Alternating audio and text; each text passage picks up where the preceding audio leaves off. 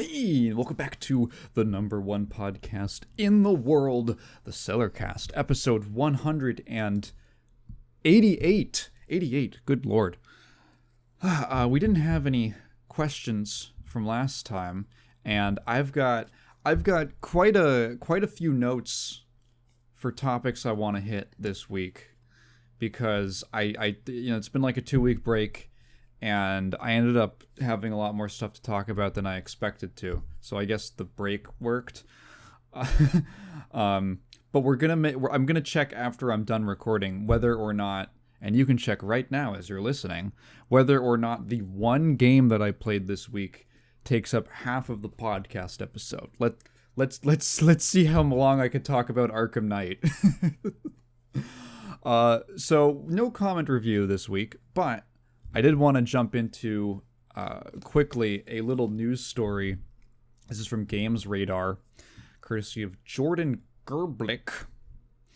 Assassin's Creed 3 director says Ubisoft put a lot of pressure on devs to add playtime and bulk, some of these are in quotes, out games with RPG elements to, this is my favorite part, the most interesting part, to quote-unquote delay resale, as GameStop was the only one making any money on that transaction. So essentially what we have here is an interview with Alex Hutchinson, who you might know as the guy who said a bunch of goofy shit about Assassin's Creed not being able to do like a Japanese setting or something like that because it would be too weird, unlike Italy. And but he's doing an interview here, and he's talking about developing Assassin's Creed 3. So here's the quote. And I find this interesting not because I really care about Assassin's Creed. I've never actually played one, but it's more that this provides a lot of really interesting context for a period of time that we are now long past. Sort of. At the time, quote, at the time, there was a lot of pressure inside Ubisoft to, quote, keep the disc in the tray, to essentially try and delay resale as GameStop was the only one making any money on that transaction. Designers were being asked to add playtime, which seemed like the most pro-gamer solution to the problem in a franchise where multiplayer had never really worked. Hutchinson added that, quote, action-adventure games, which is what Assassin's Creed used to be, are, quote, notoriously expensive per game hour. So the cheapest and most effective way to bulk it out was to add RPG elements. This is actually a metric that I've heard that I don't think most people think of, but it's totally true. One of the reasons that I think, for instance, roguelikes are so popular is that they're incredibly efficient in terms of cost to produce versus amount of gameplay you can wring out of them. Something like Uncharted, like think about one mission in Uncharted, even like the earlier games where they're maybe like a little not quite as set piece heavy or something, or not set piece heavy, but in Uncharted 4, there's levels where you're like zipping through tons and tons and tons of locations in one level. And when you've got something like that, I mean, someone has to go in and model and texture, and someone's got to figure out the lighting, and then they've got to do collision, and there is a lot of work put into something that you are going to walk past and not even notice, or literally get rushed past in a second. Like it's at an extremely admirable level of craftsmanship. But if you think about it from an efficiency perspective, you're not getting very much out of, in like a very objectively measurable way, in a very quantifiable way, out of what you're creating. Compare that to something like a roguelike, where you can design essentially like a shell, like a shell for gameplay, and then have an algorithm that generates random layouts, and you can theoretically get you can get infinite gameplay hours out of that. Um, the interview continues. I think it's the only franchise I can think of that changed genre and kept its audience, so it was risky, but it seems to have worked. That said, I always thought it was a peculiar decision for a franchise where they also wanted to put them out as close to annually as possible. I was worried that if you had 200 hours of AC you just played, then would you really be in the mood for more a year later? I think luckily the radical changes in setting and often protagonist means it feels more fresh than most franchises, so they get away with it, but my heart is in the action-adventure space, not stat juggling, so I miss those, the old days. This is a very interesting article, specifically the quote about padding, and the intent for the padding, to delay resales at brick-and-mortar stores, like GameStop. There is a really fascinating period of time in the 7th gen that I don't think people remember because it's so... They might remember it, but it's so long past, where publishers had a... I don't even know. It was a little sickly. It was a little sickening to watch. Like, some kind of public fetish. I have no idea, and I don't know who was getting anything out of it. Publishers had this love-hate, like, abusive relationship with brick and mortar retail stores, where this was before the era. So there was a couple factors. Digital marketplaces, especially on consoles, were not the most prevalent thing yet. They obviously existed, and they'd been picking up steam since the 6th generation.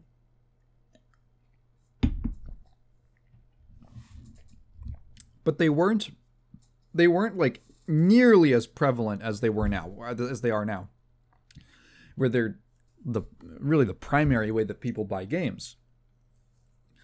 And that was due to a number of things. One, it was just infrastructure catching up, both on the storefronts and in like physical space. Like, people did not have access to less people had access to fast internet. So internet has gotten faster and more pervasive over time, which means that it's much more viable to have an online marketplace where you're downloading a game that's like 50 gigs or something. That's not going to take like 3 days anymore for a lot of people. For some people still, yes, but for a lot of people, a dropping number of people, it will. Also, storage sizes. Again, just increases in storage capacity and innovations in technology and stuff like that. You can actually store those games digitally as opposed to on a disc, because you can fit like 10 games on a hard drive now that are, I don't know, like, yeah, several dozen gigabytes large. And it's not as big of an issue. Obviously, like, you know, jockeying for space is still a thing, but it's much less of an issue now. And especially for a lot of people who, I would say the more casual console gamers, might not be owning and playing like a gajillion games per week and stuff like that.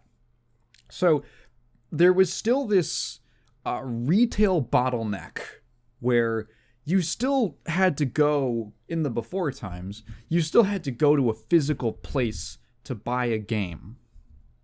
And the relationship was never very balanced. It was essentially two entities, publishers and brick and mortars, who both fucked each other over.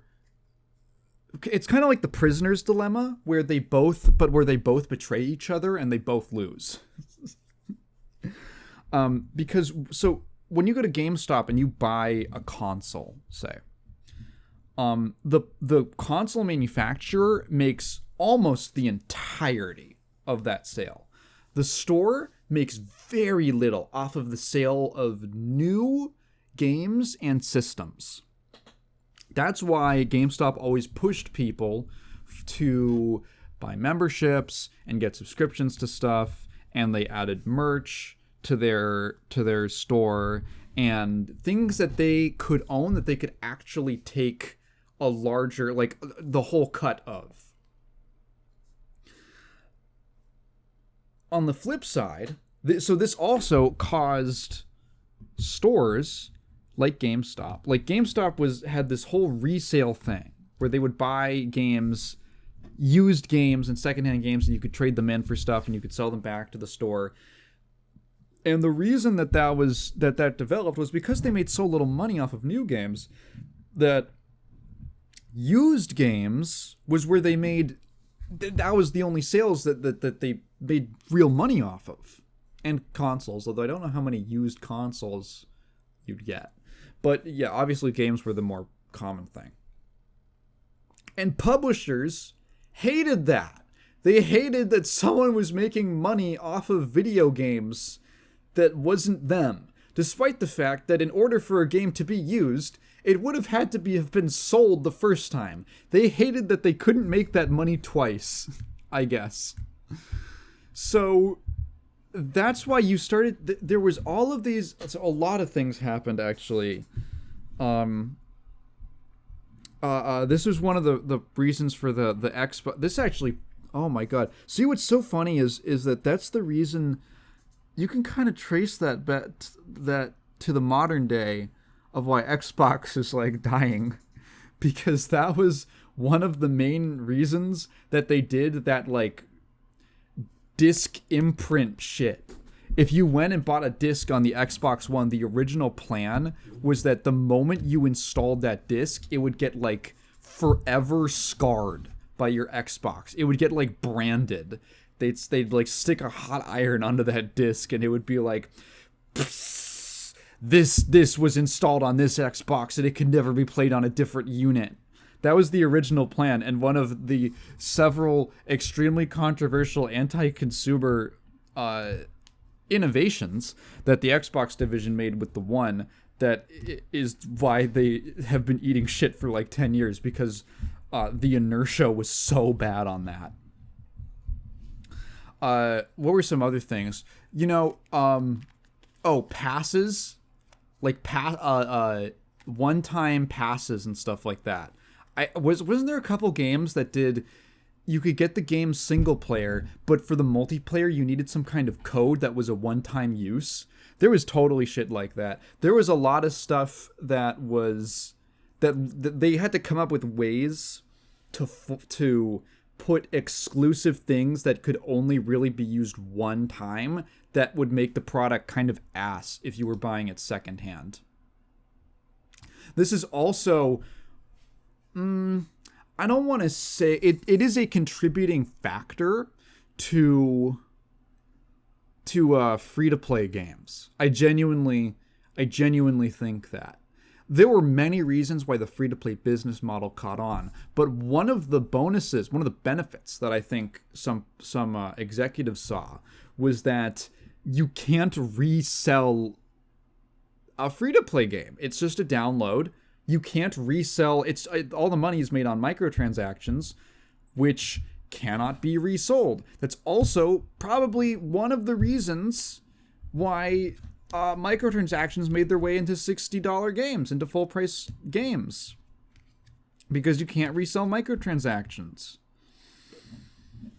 So it's such a weird relationship, and I feel like it all started with the massive margins that the publishers and the manufacturers took on game and console sales, which I kind of get for the consoles.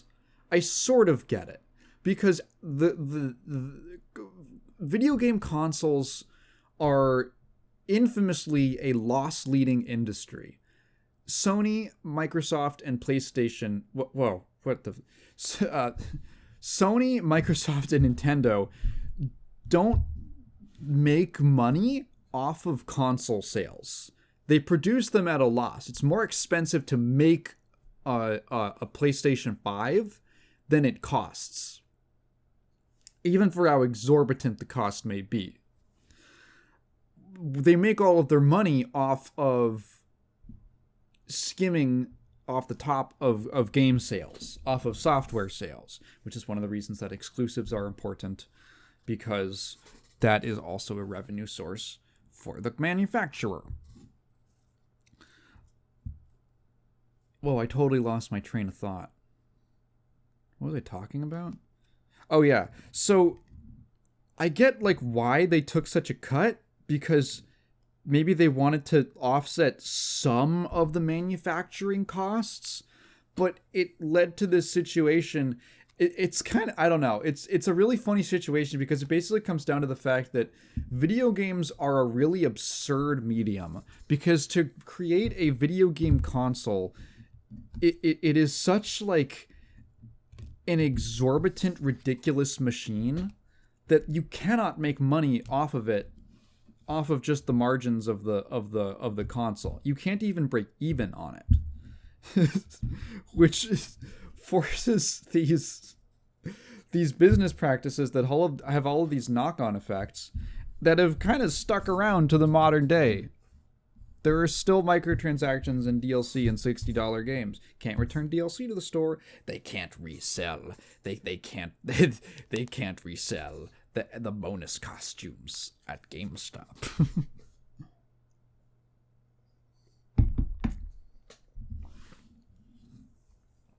If you want for like a foreshadowing, if you want to trace back a lot of the issues with the business practices of the modern video game industry, you only have to go back like 10 to 15 years, right? That'll be 2015. Yeah, no, that would make sense. It's like go back to 2010 and look at the relation 2010 to 2015 and look at the relationship between publishers, console manufacturers, and brick and mortar retail stores, and everything kind of starts to make sense, and you see a lot of these things. You see a lot of the motivations. So I find that really interesting. It's also like, because it's not a big deal. Like, does every Assassin's Creed have to be 200 hours now? Like Hutchinson says in this interview, do they all have to just get so bloated with RPG mechanics and level ups and stats and stuff? Do they need that? Why does it need to be padded? Is it because they're more expensive now? They were doing that before they were expensive. They were more expensive. And I can't tell you the answer to these questions. The only one who can tell us that are Ubisoft. It's Yves Guillemot when he gets out of prison for molestation. Hey, anyway, speaking of molestation, we watched The Bad Guys, the 2021, I think, animated feature by. Is this a DreamWorks? Hang on, is that a DreamWorks movie? Just show me. Can you? Okay. Can you just give me the name? DreamWorks. It is DreamWorks. So my introduction to The Bad Guys apparently was based on like a children's book. But my introduction to The Bad Guys was for a trailer that we saw when Kat took me to some baby movie. And we both turned to each other in the theater and we went, is this about a character discovering he has a praise kink? Because that's what was in the trailer. So now, having watched it, because the sequel's out and she wants to see the sequel, and I wanted to sleep, so we didn't see it. We haven't seen it yet. But we watched the first one in preparation for it, and my reaction to it is that this movie is like 15 sexual 9/11s for children. This movie fucked some kids up. I cannot believe it. If you have a kid right now and you want them to grow up with something kind of off about them, you need to show them The Bad Guys. There is so much. There is so much sexual awakening fuel in this film. It kind of boggles the mind. So, okay, the basic premise of the movie is that this is a world where there are mostly human beings, but also some talking animals for whatever reason. Apparently, it seems like talking animals are kind of rare, but not rare enough that you don't see them every now and again, but most of the characters are people. Sorry, yeah, most of the background characters are people, but all the main characters, this is like a minority story, they're like talking animals. There's this team of, how many are there? 5 or 6 I think there's 5 characters of these animal people, and they're thieves. They are career criminals who pull off like heists and stuff, and they are the bad guys. And they're all just named after the animals that they are. Almost every single one of them has some kind of fetish attached to them, which is fetish or otherwise like sexual awakening moment. Except curiously for the spider. The spider never webs anyone up. I was shocked about that. I'll get to that in a second. So basically they're pulling off this heist, this big heist of this award at this award show. And the wolf is like trying to pickpocket some old lady while he's going about his business. And she almost trips over, and he kind of is forced to give up pickpocketing her to like help her up. And she pets him and calls him a good boy. And every single hair on his body stands up and his tail starts wagging. That's what happens in the movie. And then they get caught. They get caught at this heist that they're doing, and the one of these guys, he's like a little guinea pig, and he's like an infamous good guy. He's like a good Samaritan who's being presented with this award, and he's like, I'm gonna take you guys in, and I'm gonna teach you how to be good. And then the plot goes from there. So let's talk about straight hot fucking. Okay, so the team consists of the wolf guy, who, as I established, has a massive praise kink and is like inconsolably drooling if he's called a good boy. There's a fish who farts. There is a snake who is dressed like Hunter S. Thompson for some reason, and he vores people. There's so much vor in this movie. There's who else? There's a shark he's like that's like the gag with him is that he's in disguises and he's like a giant shark, but everyone just believes that he's just a person because he puts on like a glasses and a mustache. He also wears dresses at several points in the movie, which is not necessarily a fetish thing, but it is a potential sexual awakening thing. And then, and then there's the spider played by Awkwafina, who again surprisingly does not web anyone up. I really thought they were gonna do that, and that was on my bingo card, was like bondage of some sort. Oh, but then the biggest one, I was like, I had to pause the movie because I was in disbelief. So the mayor is this fox, and I don't know. Okay, it's gonna be so hard to describe this without sounding like a furry. She's like a sexy alt girl fox. Does that make sense? Like, she has a beautiful fox face and eyes, and she has a little facial piercing over her eyebrow, and she's a fox, right? So she has like black lips, but it because she's she's like anthropomorphic, right? It just looks like she has black goth lipstick on. And at one point in the spoilers for the bad guys, at one point in the movie, it turns out that she is also in a previous life. She's reformed now, but she used to also be an infamous thief criminal, and she's wearing like a super skin tight outfit and there's an action scene which is extremely well animated and has a lot of takes place. It's like a one shot sequence, or like single shot one take sequence of her taking out a bunch of guys in a row, and it, like, it's like spinning around the room and doing a bunch of flippy dippy moves, and a lot of it's like filmed from behind.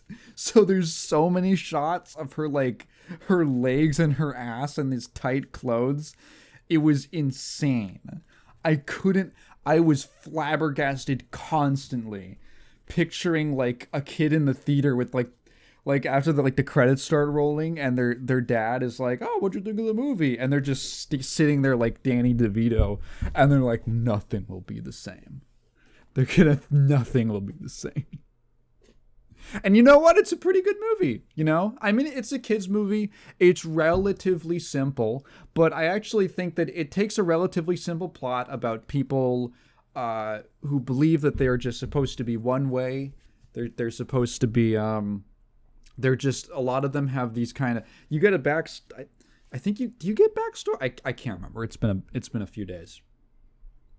But essentially, all of these people are in positions where they think that because of where they come from or who they are or whatever, the certain type of animal that they are, it's a little Zootopia-y, that they are required to be the way to be bad. It's easier. It's to quote a Moon Knight comic. Sometimes it's easier to be the guy everyone thinks you are. That's kind of where they're coming from. And then the lesson is, oh no, that you have choices in your life and you can choose to be a good person, which is a lesson that children actually have to be taught. What a bunch of idiots. So, but it's a relatively straightforward story. There's like a couple twists and turns. It'll take a kid off guard. But the way it's told, I thought was pretty good. It looks very nice. It's a really, really pleasant looking movie. You can tell it's got a bit of a budget because you can see the same background characters being used over and over again. That's not really a knock against the movie. I don't have a problem with that.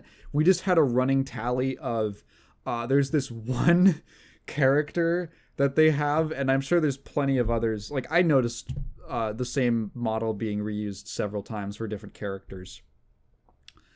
No like speaking roles, just background extras. But there's this one that kind of looks like Casca from Berserk, and there's a different one where she has white hair, and we called that one Elena. So we started like a running counter of Cascas and Elenas. But the movie looks like pretty good where it counts in all the key animation and the main characters and a lot of the action scenes and stuff like that. Has a very pleasant art style. It does look a little storybooky, and I don't know, like it never. Sometimes you're watching like a kids movie, and you're like, okay, here's the exposition scene or whatever. And this movie didn't really have that for me. Like, it didn't have that, like, okay, this is just the ham-fisted. Here's the moment where we're gonna explain this to the dumb kids in the audience. It felt like it treated the audience of children, like the target audience of children, relatively respectfully, which I like and I appreciate as an adult. It makes me feel a little less stupid. So it's pretty good. If you want to fuck your kid up, you can go take them to it, or not take them to it. It's been out of theaters for years, but maybe check out the second one. I don't know. We watched a short. We went to see something that I think. What did we see? What did we see that had a bad guy short in front of it? I don't remember. It was another baby movie that Kat took me to, and it had a bad guy's short, and I thought it was actually kind of clever, and it was kind of amusing, and that's why she was like, "Oh, we should watch the first one," so we did. On a totally different note, we got together with a couple friends of ours for somebody's birthday. And we had the pleasure of sitting down and watching the new, sorta, War of the Worlds. So, oh god, I'm gonna sneeze.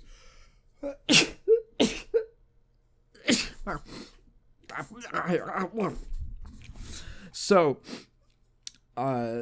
War of the Worlds, the classic, it's like in 1890s. It's at the tail end. It's the tail end of the 19th century. 19th century H.G. Wells story, science fiction tale. One of the first big, like, one of the first, I would say, probably popular, at least in the Anglosphere, apocalyptic invasion stories that is not from the Bible, I suppose. It has been adapted several times and reinterpreted for the whatever time it was produced in. I think the most well-known example would probably be the 2000-something Tom Cruise version, which is very much like a disaster movie. It's like a disaster film. With heavy allusions to 9/11 because that was very recent at the time. Also sort of Independence Day. Independence Day really feels like a War of the Worlds, like sort of a rip on that. Of an alien, that kind of alien. Most alien invasion stories take some influence from War of the Worlds. It's kind of like the original. So, at some point in 2020, during lockdown, someone said, let's make a War of the Worlds, but we're going to do it in a way that's lockdown friendly. I've got such a clever idea. So here's the premise. It's War of the Worlds, but it's taking place in the modern day and entirely on a computer screen. So there isn't really a name for this because there haven't been too many attempts at it, but every attempt to do a movie entirely on a screen I don't think it's worked one time. I don't think a single time. There's an episode of Modern Family where the gimmick is that it takes place on an iPad. I think I think iPad or a computer screen. I don't remember. But it's like a screen-based episode, which I imagine it probably works better as a single episode of a sitcom. But as a film, that's trying to be dramatic. There was like Unfriended. You remember Unfriended? The like Skype horror movie where the guy sticks his hand in a blender. Because the ghost made him. He's like, all right, guys, time to bust out my blender. You guys know I love blending things and making smoothies in my blender. So not only for War of the Worlds did they decide that we're gonna do it all on a screen so it's easy to shoot during COVID. We're gonna get Ice Cube to star in this. He's gonna be the main character. Now you might be asking yourself, well, wait, if this was produced in 2020, like let me actually look this up.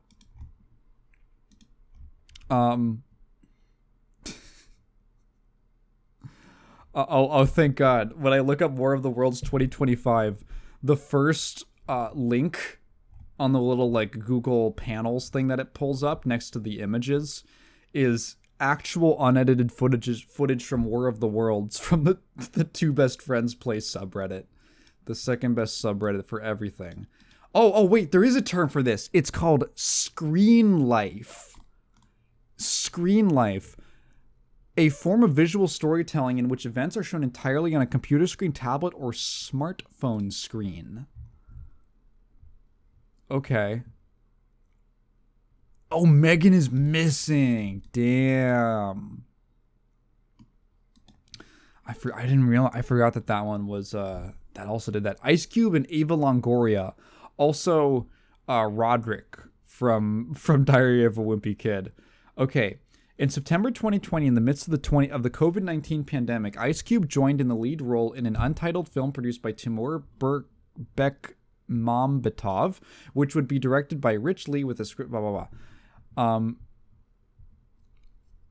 Universal was intrigued by the project by Bekmambetov's use of screen life technology. Technology is of something to call it, described as having the look of commercial event film but at the budget of a contained thriller, which also allowed the actors and crew members to work in individual workspaces, which was seen as useful regarding the pandemic's impact on the film industry. Okay, in July 2025, Clark Gregg, Andrea Savage were revealed to have been part of the project. The film was produced. Okay, why did it take... I don't know why it took so long. I don't know why it took so long to produce this movie. Or to release this movie. It might have just been the fact that it was extremely cheap. And they knew it was bad. And for whatever reason, they have finally decided to dump it onto Amazon Prime Video. Which is important because Amazon is a key player in this film. So before I go on and I describe anything about this movie, I want to say that this movie, the World of Worlds 2025, is a new, I'm calling it now, all-time classic good bad movie. This is one of the funniest movies I've seen in a minute that was unintentional. Right afterwards, I'm talking about an actual comedy. But this is one of the funniest movies I've seen that was not trying to be a comedy. So, there's a lot of factors here, and you should get a group together and you should watch it on your own. But if you don't care about spoilers for War of the Worlds 2025, I'm going to get into some of my favorite parts of the film.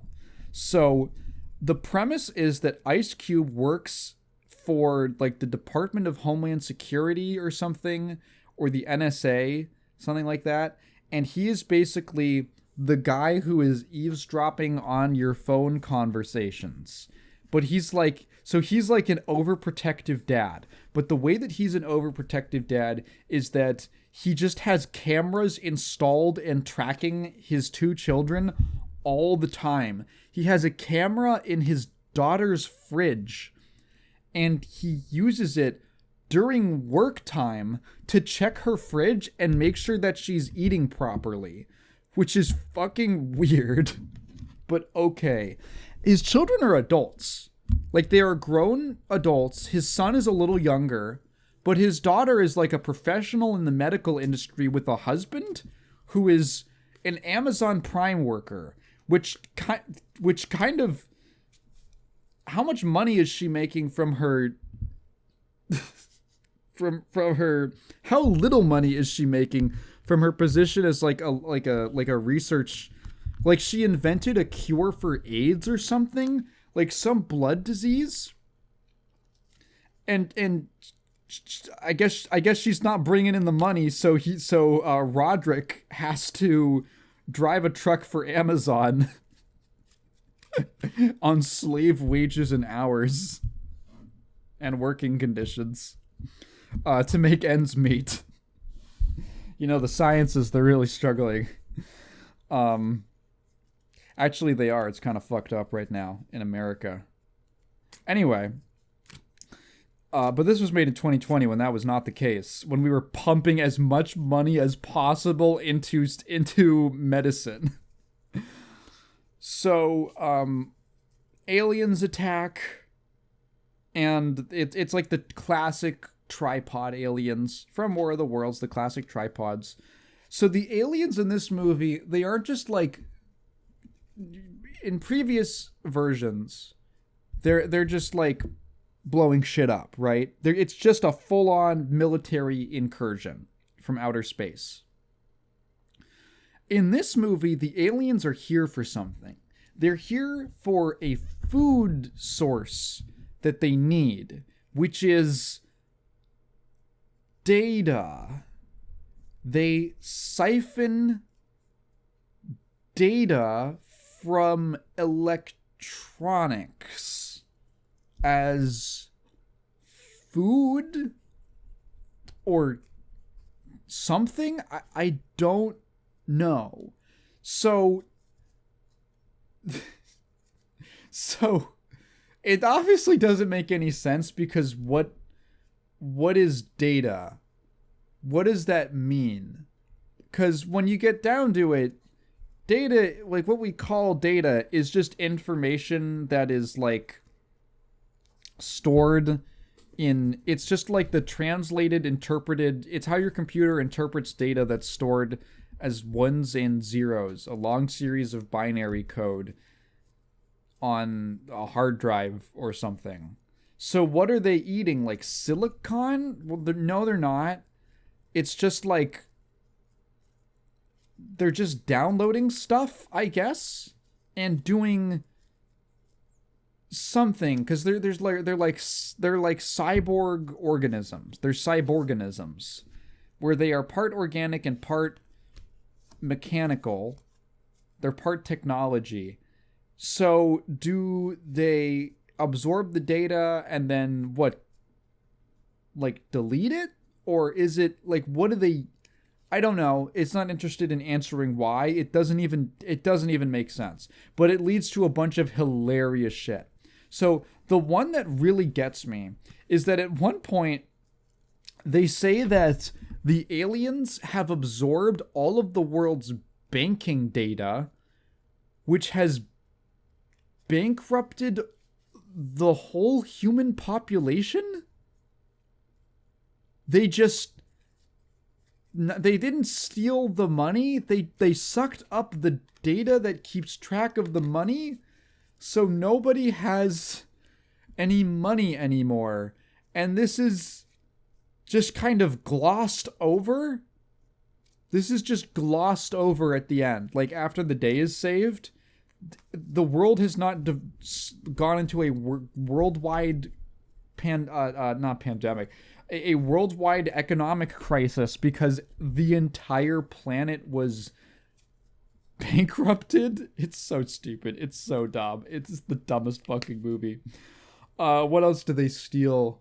Oh, so Ice Cube has a dead wife, and every year on the anniversary of her death, he sends a Facebook message to her to say happy birthday. And he goes and listens to the last thing she ever sent him, which was a voice memo, like telling him to take out the trash or something.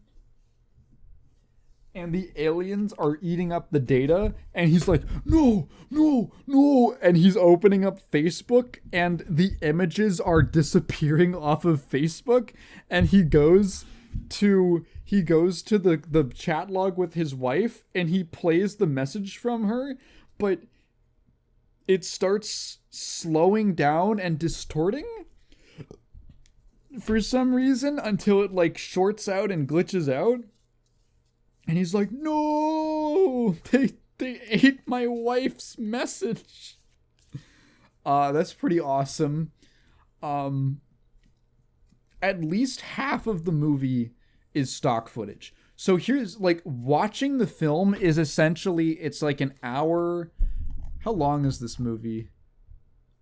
89 minutes. So it's an hour and a half of a live Ice Cube reaction where he's just making faces at the camera because they've told him, like, act shocked, act happy. So one of the reasons that this format just does not work for a dramatic action film, because you are bottlenecking the language of cinema by forcing everything to be at the same angle. Ice Cube is just seen via a webcam the whole movie. He is just sitting in a chair at a flat angle, reacting to camera. And for the emotional resonance of, for instance, thinking that his son is dead and has been blown up by aliens, it just looks goofy. It just looks really silly because they just have to do a zoom onto his face where he's like covering his mouth. It's so dumb. It's so stupid.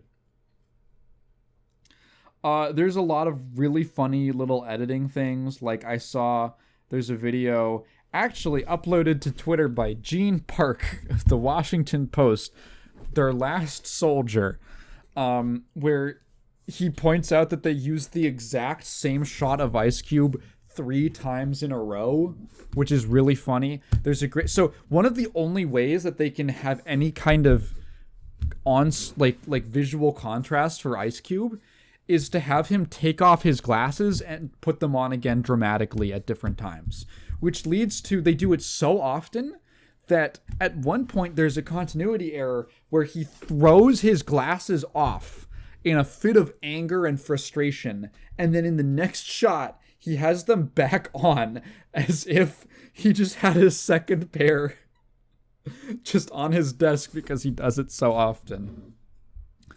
At least half of the movie is stock footage. It's mostly like him pulling up web pages and software programs and video calls with people.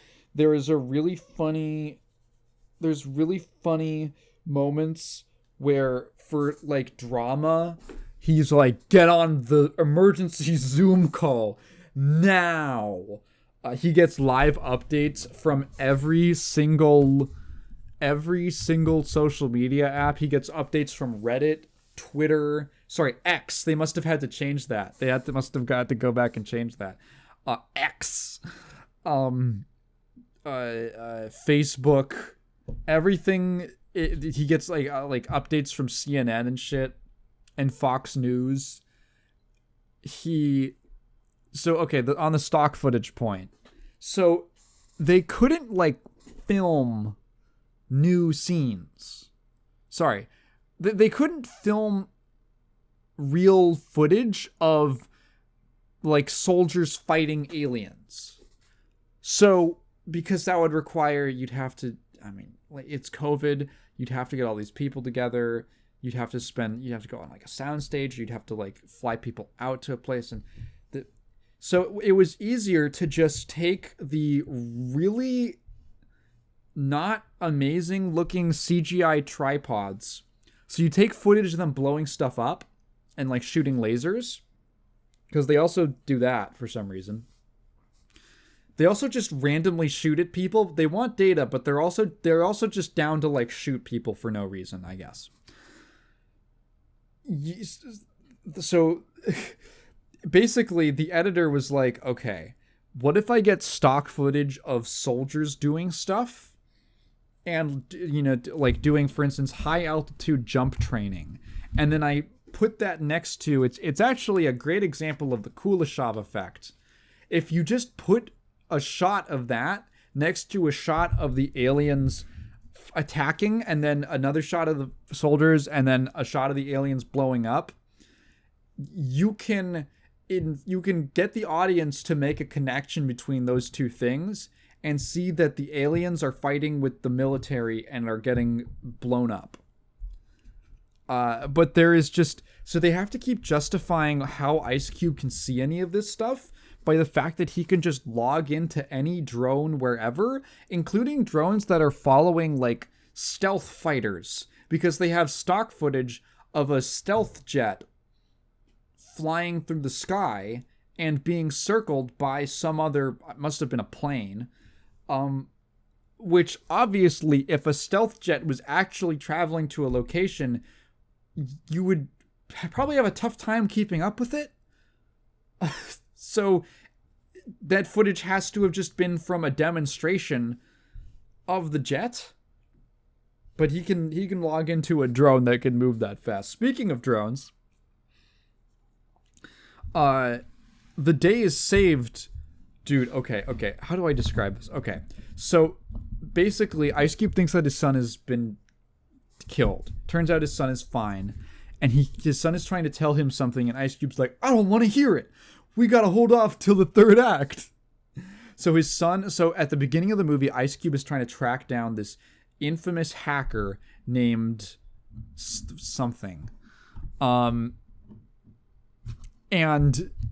the disruptor. I'm looking at the Wikipedia. Disruptor, who is like the government spying on you, yo. And he's always depicted as like an image of just a dark hoodie, like an anonymous hacker, right? And Ice Cube finds out that his son is Disruptor, and he's like, "What? You're a hacker?" And his son, okay, so his son, this was actually awesome. We were like, hang on, what's that poster in the back on the wall behind him? And he has a poster for Diamond is Unbreakable second half on the back of his wall behind him, which is awesome. We popped off when we realized, we were like, that's Kira! It's the one with like Kira in the background with half of his face in shadow and the other characters like standing around like looking, you know, disoriented. It's that poster from the second half of DIU, and then he moves to a different location and he has a One Punch Man poster in the background. God bless whoever dressed that set. And then so he finds out his son is Disruptor, but Disruptor's gonna work with him on to take down the aliens and do a bunch of hacking. And there is an amazing shot that is now a GIF of Ice Cube hacking into something and being like, oh, so the reason the aliens came down is because they're attracted to data, and the US government created this super surveillance spy network called Goliath that can just hack into anything ever. And it takes so much data in that it caused the aliens to start paying attention to us. And that's why they're coming down. And he's like, I've now hacked into the mainframe. I'm exposing what the government's doing. And there's an amazing shot of the shadow lifting on the like hooded anonymous hacker's face. And it's Ice Cube poorly photoshopped in with completely different lighting. And it says, "Join the rebellion." And it's like, what do you mean rebellion? Against the aliens? It's a resistance, but it's not a rebellion. The aliens haven't established like a government or anything. It's an incredible shot. He says touchdown 3 times in a row. They got 3 shots of him saying touchdown and they used all of them for some reason. And then the film ends with his stupid son-in-law who he doesn't like, Roderick. He's like, we have to find some way to get this USB drive into the NHS building so that Ice Cube can upload the thing into the mainframe. And they're like, but how do we get it? And he literally says, prime shipping. And he goes drone delivery, which is so funny. The climax of this movie is that Roderick flies like a quadcopter drone with a flash drive through a war zone with aliens and lasers and shit going off to Ice Cube. It's made like doubly funny because so drone shipping was something that Amazon was trying out. I swear to God, hang on. Amazon drone. I could have sworn drone delivery. Are they even still doing that? So this was something that Amazon was trying to make work for the longest time, for like a while. They did several trials of this drone delivery thing.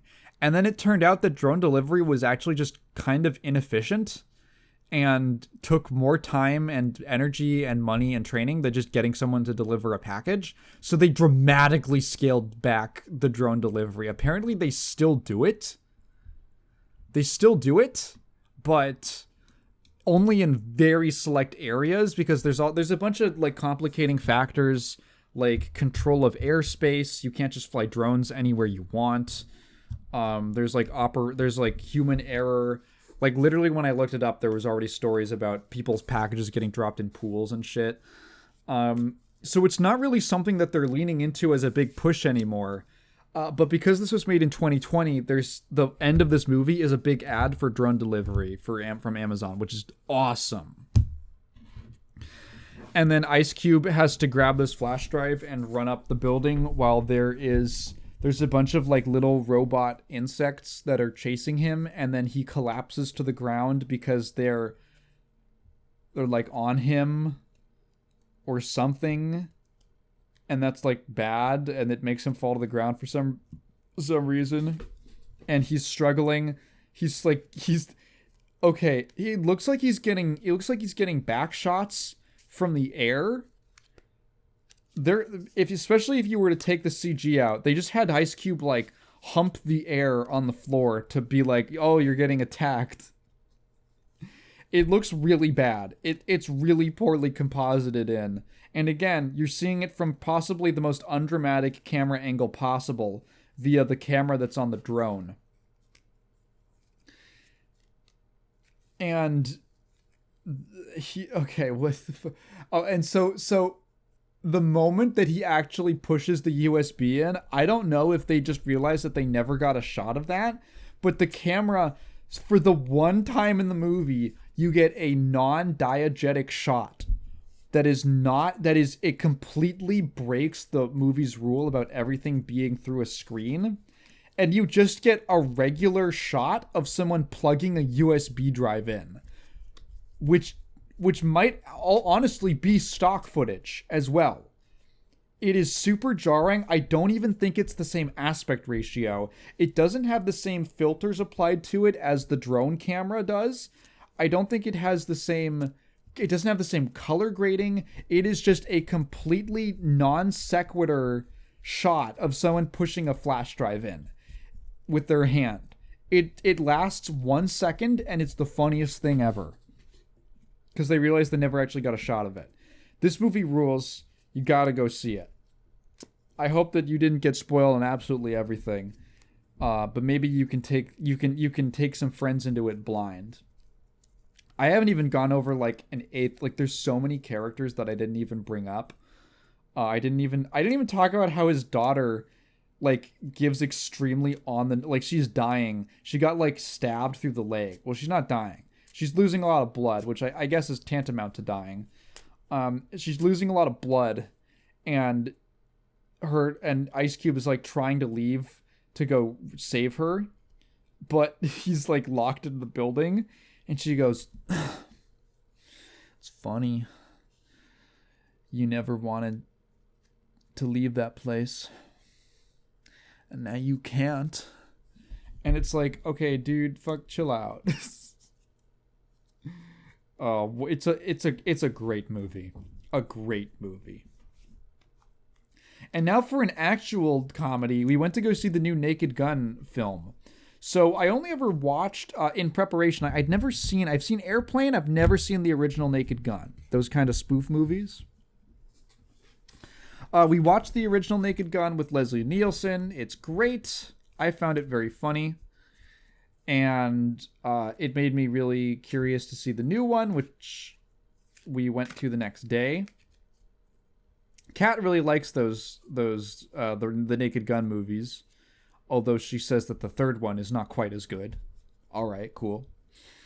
Funny enough, while I was editing the Postal video, I found that clip from Naked Gun, what is it, 33 and a third? The third movie of him that has like the postal workers joke where they're like running into the building, shooting wildly. That was kind of funny. Oh, actually, another funny little side note. So while I was making that video, I needed footage of Postal 2, which I didn't own. And I was already planning on buying it for the video. But then that payment network, the payment network censorship thing happened. And it's still ongoing, kind of. And GOG did a collaboration bundle where you could just get like 15 offensive / not safe for work games for free, and Postal 2 was one of them. So I got a free copy of Postal 2 and like 13 porn games. And That's just sitting in my GOG library now. So when I go to the like Discover page on GOG, it recommends me way more porn games now, which is very funny. In any event, we went to go see the new Liam Neeson Naked Gun movie. And so we saw trailers for this, and I didn't find the trailers very funny. And I think that's crazy because I think that modern trailer editing just sucks. There's a conversation that I want to have at some point about how I feel like movie trailers, I don't know who they're getting to edit these things, but they make me want to see most movies less. Like, I cannot stand the way most trailers are edited when we go to the movies. They make the movie look unappealing, at least to me. And what's so bizarre is that there were jokes in the trailer that we saw that were later in the movie, and I didn't laugh at them in the trailer, and I laughed at them in the movie because of the framing and the editing in the film and all that. Anyway, The Naked Gun is hilarious. We thought so. Obviously, humor is going to be it's going to be hit and miss, or humor is subjective. Your sense of humor is subjective, so you might just not click with it, but she and I found it hilarious. We were laughing a ton in the theater, like constantly laughing. Her like stomach got sore from laughing so much throughout the film. We had a great time. It's mostly, I'm not going to go like too in depth in these kinds of movies. The plot isn't really important.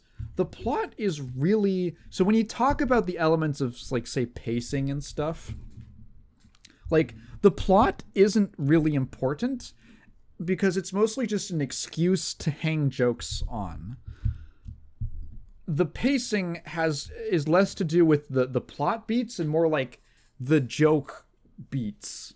It doesn't really matter if you get sidetracked for a bit, if it's funny. And this movie gets sidetracked, and we found it very funny. There is an entire 2-3 minute sequence of the film that feels like something that was a deleted scene, but they liked it so much that I think like the director argued with the studio to leave it in. If you've seen the movie, you know exactly what I'm talking about, because it feels like a scene that would take that wouldn't even be in the film. It feels like it would be glossed over in like 10 seconds, but they stretch it out into like a whole subplot that just happens in like over the course of like 3 minutes. And it's great. Like part of the humor is just how excessive it gets. And now you're seeing like you basically get like a whole short story in the middle of the movie that has almost nothing to do with the rest of the film besides the fact that the same characters are doing this and it's like developing their relationship. It is a non-stop joke a minute spoof. It's a farce. It's a story where nothing is taken that seriously and anything is up for grabs. So there's obviously there's a lot of dialogue. I found a lot of the dialogue very funny myself, but there's tons of visual gags and things that are just ridiculous. I don't even want to spoil things. It's like I really don't want to spoil jokes in this movie, but something will happen that is okay. So for instance, just to give you an idea, there's like a scene where there's a car that crashed into a lake, and they're investigating the crime scene. And at the end of the scene, they need to like get the car out with like a crane, but it's presented like a crane game with like this mechanism that this guy is doing, and he drops the crane and then pulls it up. Pulls the car up, and then it slips out from it, and then just like crashes and starts like smashes and rolls over more, and everyone goes "Aww." Like stuff like that will happen in this movie. Not every joke is necessarily that funny, but because they're going by so quickly, there are very few jokes that the film lingers on. Some of them like might just not be your cup of tea, but generally by the time you really like, that's not that, you don't laugh very much at it, you're on to the next thing. There's like at least a joke every like 20 to 30 seconds at minimum.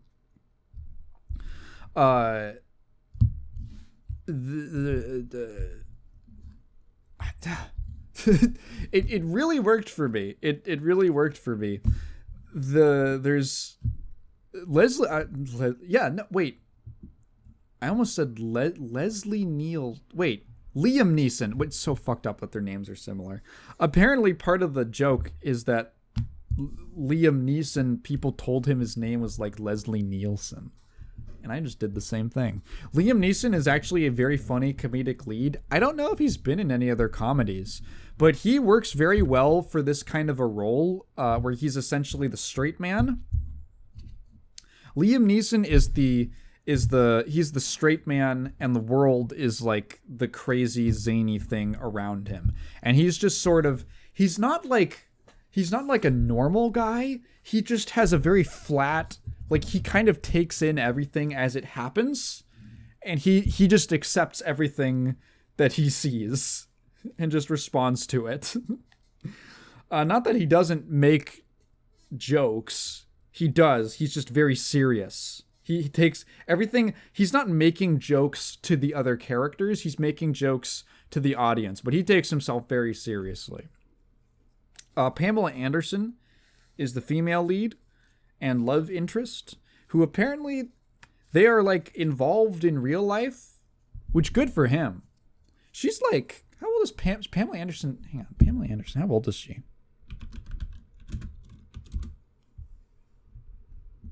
She's 58. Yeah, she's doing real good in this movie. She is also very funny. I haven't seen too much of Pamela Anderson's work. I don't know. I also don't know if she's been in any other comedies, but her sense of comedic timing and delivery is very sharp, and I enjoyed her a lot. There is an amazing sequence where she gets on stage at like a jazz club and she starts scatting. She's trying to cause a distraction, but she doesn't, so she just kind of hops on stage and she has no plan. So she just starts like, skibidi-wop, soup-doo, skibboop-bop-a-dee-bop-a-doo-ba-doo. She just starts doing this little scat song, which it's not that funny if I just describe it, but I loved it. It's a very funny sequence. Yeah. It's a movie, like, we walked out of it and we had trouble figuring out what our favorite jokes were. In part because there were so many jokes that it was hard to, like, I kept getting reminded. We had some other friends who went to see it on our recommendation, and they were talking to us about jokes that they liked, and I was like, oh, I forgot that happened. Because there's so many. And a lot of them are really good. There's a lot of really funny jokes. I liked a lot of the little dialogue ones. Those are the ones that are the easiest for me to remember. And just really stupid. Like, if I were to say them out loud, they're really dumb jokes. Because I don't think they would be nearly as funny. Because they become funny in context. The context of how they're delivered and presented. And so it's difficult for like a one person to really communicate that. But yeah, I thought this was great. This was a really funny, rare kind of movie, which part of the marketing for the film was about how there haven't been, like, comedies are an endangered species in Hollywood right now. And that's like pretty correct. That's actually pretty. Comedies are one of those genres that have just vanished bizarrely in the last like decade. I was on stream, on my friend Prox's stream, and I was talking about The Naked Gun and mentioning how there weren't that many comedies, and the people in the chat were like, well, what about this movie or this movie or this movie? And I was looking up the years, and I'm like they brought up The Interview, that like South Korea movie. or sorry, North Korea movie that caused an international incident. That was fun. That was a weird time to live through. And I was like, that was 2014, 15. That was 10 years ago, dude. And like literally every single movie that people could name was from 10 or more years ago. And it was like, oh shit. And on one hand, it was like strengthening my point, but also, oh god, don't tell me that was 10 years ago. It's just not a genre that, for whatever reason, it's gone out of style. There are humorous movies. Like, there is still comedy, but there aren't comedies. Nuts. There's a lot of action comedies, like a Guardians of the Galaxy type thing, but that's sort of like it's not a full-on comedy, it's blending it with other genres. For some reason, I don't know why, I don't know how. It's kind of like in the 2010s when a bunch of game publishers just decided that horror games were out, that just no one wanted horror games anymore for seemingly no reason, not even backed up by sales data. They just decided no one wants to play horror games anymore. And then Five Nights at Freddy's came out and it like revived an entire genre. And partially Slender. A lot of indie horror games, but those were the two big ones. Same thing with comedies. Just for some reason, it was decided that mainstream comedies are not something that the public is interested in. For reasons I cannot figure out, because like the Hangover movies were very popular. All those Seth Rogen comedies, like I just mentioned, like The Interview, like that almost, like that. I'm pretty sure that movie probably sold a lot of tickets based off of the controversy. But for whatever reason, they've just kind of fallen out of favor. Some of them probably still exist. They're just on much smaller scales or smaller platforms. I'm not super tuned into the independent film scene. Maybe there are some indie comedies that are actually full-on comedies, and they aren't like comedy dramas or something. Just a straight, something like a straight farce. Not really a thing. So if we get more movies like this, and of course there would be bad ones, like the fucking like Epic movie or some bullshit. But hey, if we could get another couple movies like The Naked Gun, I'd be down. I would be super down. So yeah, I would recommend it. It's probably, I don't know if it's still in theaters. It's probably out on streaming. It's not necessarily like you gotta go see it in the theater. It's not exactly that kind of movie. But it's a great movie for groups. I think comedies work really well if you watch them together. So get at least one other person, I would say, and sit around, have a little social experience laughing at Leslie Nielsen. Liam Neeson, what the fuck? How did I do that? Okay, maybe do I need more sleep? I thought I got an adequate amount of sleep. Fell asleep at like 11. I woke up at like 4. I did not get enough sleep. What the fuck? Okay, I'm gonna take a nap after I'm done recording this. I went to go see the Grateful Dead movie with my mom. This was so. My mom is a huge Grateful Dead fan. It's her favorite band of all time, and curiously, she never played their music around us, not around my brother and I, when we were growing up, which it was just kind of a strange thing that we both realized, that despite it being her number one band of all time that's super important to her life and it was core to her, she saw them live for years. She was like, in the 80s, she would follow them around. She like literally followed the Grateful Dead on tour and like went to consecutive shows and like traveled around the state and stuff like that. Like she was a Grateful Dead tailgater. After being a hippie was cool in the 80s, man. She was into that shit. And she never played it when I was a kid for whatever reason. So I don't really know any Grateful Dead music. But they are... so in 1975, the Grateful Dead movie came out, which was a concert film that tracked a tour that the Dead went on through, I think it might have just been California. I'm not sure exactly all the places that it stopped through. They definitely went through San Francisco because they have a big... I don't know if... Are the Grateful Dead from San Francisco? Palo Alto. Okay. Yeah, so they have a big presence in the Bay Area. They're like a very Bay Area band.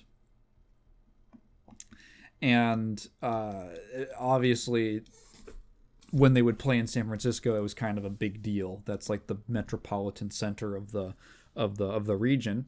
So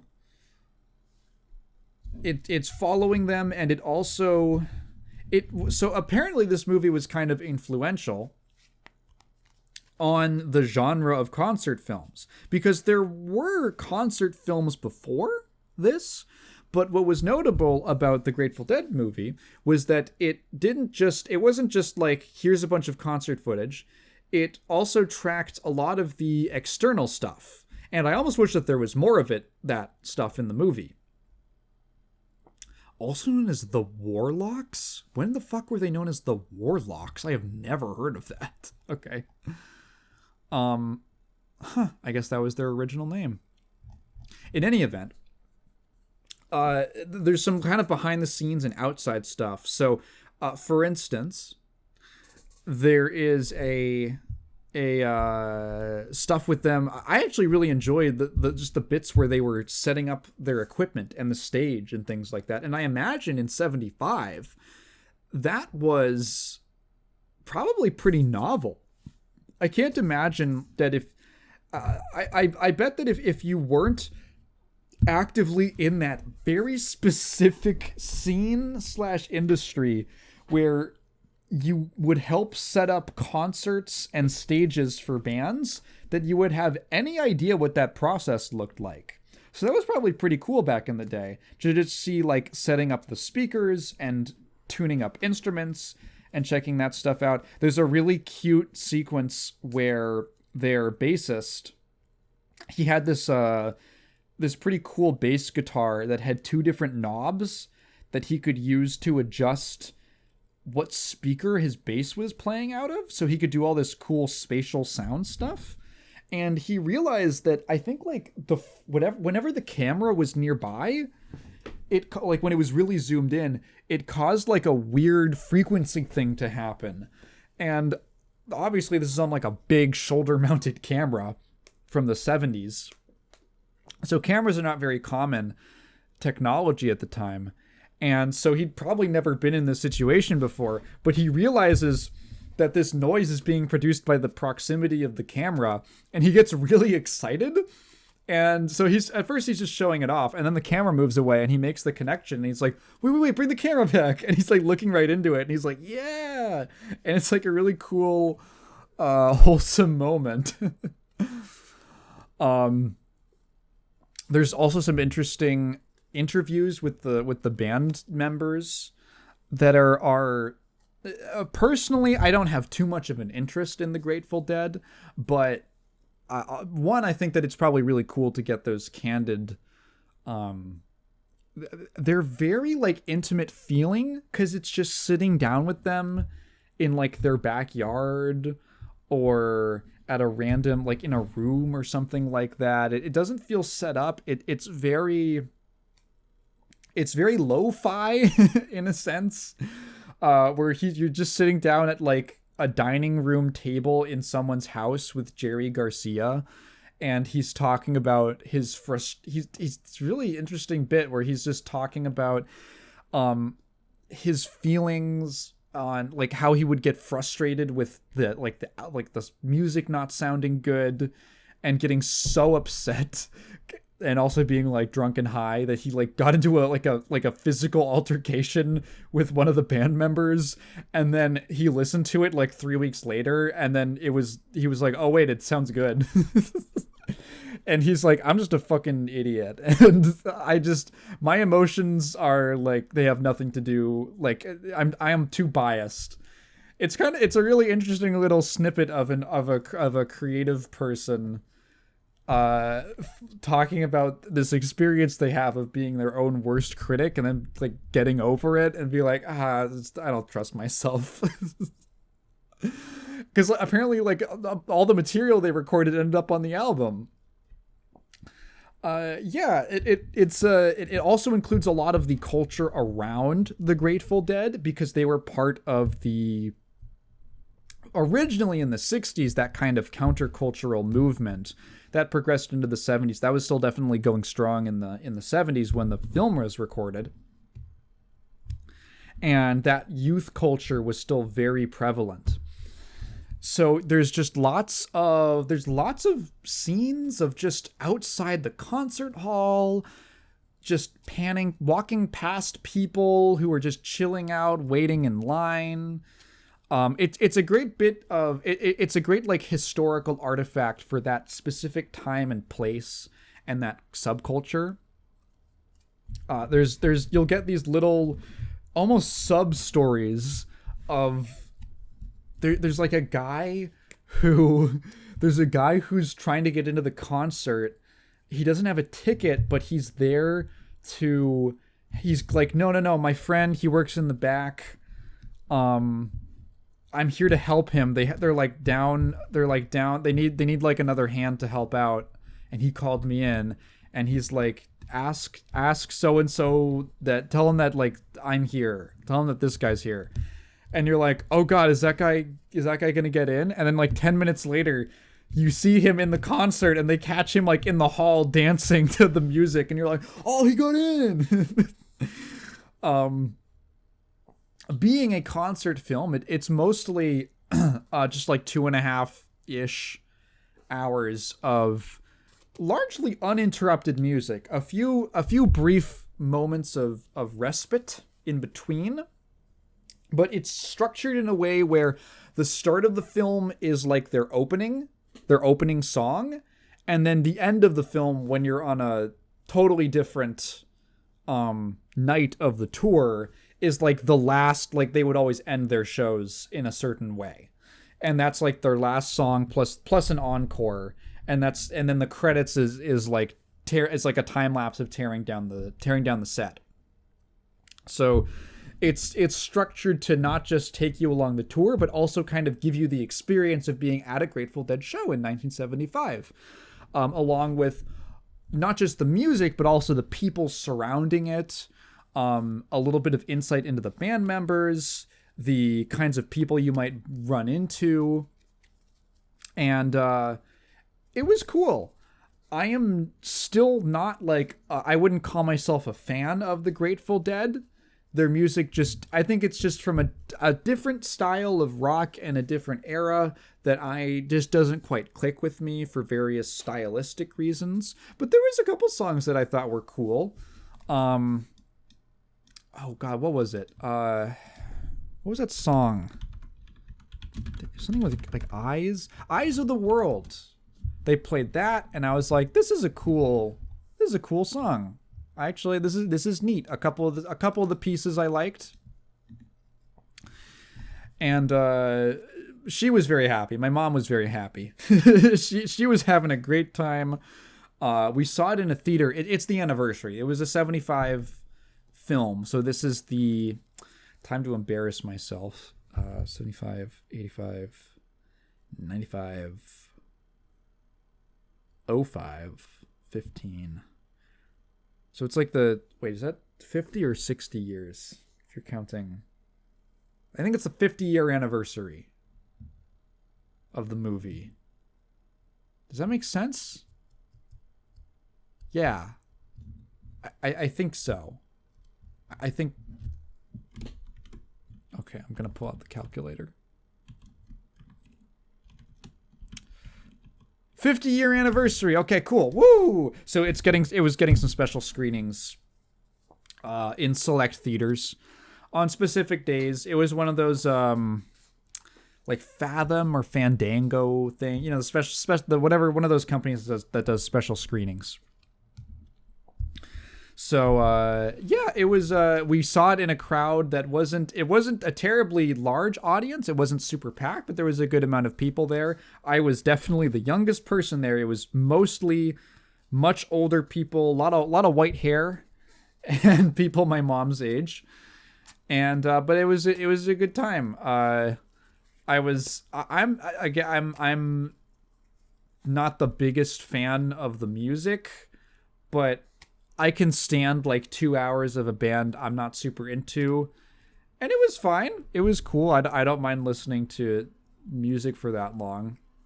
And she had a good time. Like within 2 minutes, I saw her like bobbing around in her seat. It was very sweet. And I was like, this is fine. This is good. She was very happy that I came along with her to it. Because I actually told her about it.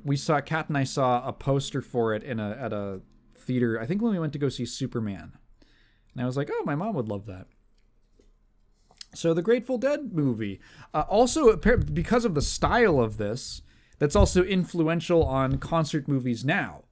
Because now that's just a common thing to also capture the culture and the moment around an artist and not just like a straight recording of the music, which was probably, I mean, honestly, back in the early 70s, that was probably its own form of novelty, that you could capture an entire concert or many parts of a tour on camera and then record that and go and buy it or see it in a theater. But it's cool. Obviously, it's all on film. I don't know if I don't think we were watching a film print. It was most likely just an extremely high quality, like 4K, 8K, whatever, capture of the original film, because it looked great. It was really cool to see it on a huge screen. It was a pretty neat experience. Especially like with the sound system. Oh my God, if you're talking about a concert movie, getting a nice theater sound system, that was actually a pretty cool experience. So yeah, the Grateful Dead movie. On a completely different note, we also watched Thunderbolts, which came out earlier this year. Kat didn't take me to it, so we didn't see it initially. But I think she wanted us to watch it. She also said that the guy who plays the Sentry looks like me, which personally I don't see. I think she's just being kind of racist, but whatever. I was a little curious actually, because I didn't realize that the Sentry was a main character in the movie, and that actually made me a lot more curious as to what happens, because the Sentry in the comics is a pretty interesting character. He has a very interesting arc, and the original mini series or like short run series that he was his story was told in is like pretty fascinating, and it's like a heavily psychological story, and I didn't know how they were going to adapt that with the Thunderbolts, who are kind of like either usually described as Marvel's kind of version of the Suicide Squad, and that's basically true. I didn't know how all that was going to fit together. They're definitely not as popular as the Suicide Squad. Probably because the Suicide Squad has Harley Quinn on it. So Marvel needs... Does Marvel have like a waifu? Do they have like a waifu villain? I don't think Emma Frost really counts. There's gotta be one. Like a full-on... They don't have a Harley Quinn. That's what they're missing. Anyway, Thunderbolts. I thought it was pretty good. I don't know. The post-Endgame era of the Marvel Cinematic Universe is pretty fascinating to me, because it proves... There's this really funny thing I'm now seeing, because let's see, Iron Man came out in 2008. So this series has been going for 17 years now. And we've had enough time and enough films where you can now start to chart trends. And my favorite trend, just because I find it so amusing, is that comic book movies are now just like comic books. At the start, it's like, wow, it's so easy to just watch all these individual movies, and then occasionally they have a little event or a crossover with these characters. And now it's like built up and up and up, and weird, poor editorial decisions have forced them to do this. And like, I think one of the big problems that they made with their strategy was making the TV shows integral to the movies. Like, I remember when we saw Doctor Strange 2, and I was like, yeah, I don't know, I thought it was fine, I thought it was kind of cool. And a bunch of people didn't like it because of Wanda's character. And I was like, oh, really? What was the problem with her? And they're like, oh, well, did you watch WandaVision? And I was like, no.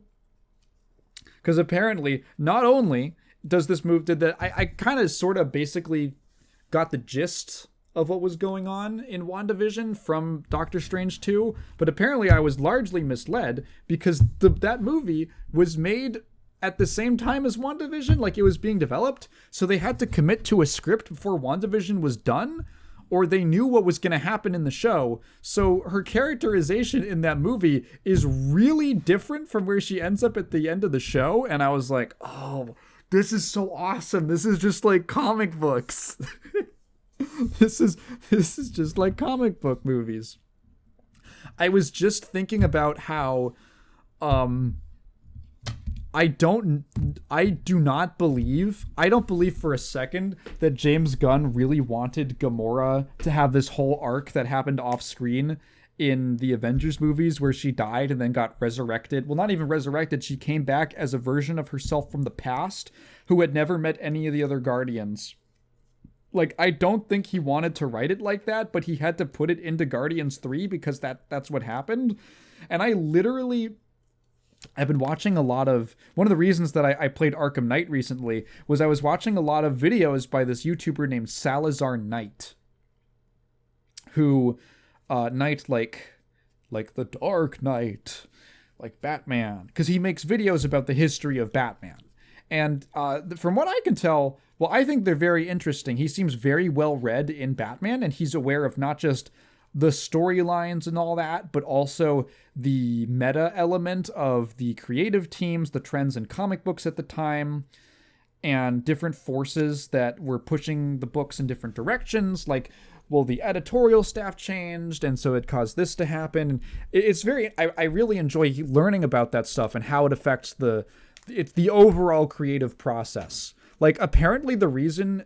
It makes perfect sense. I just never put it together. The reason Batman has so many weird stories from the Silver Age, where he like becomes the zebra Batman, or he like... There's like a bunch of stories where they go to space and meet aliens.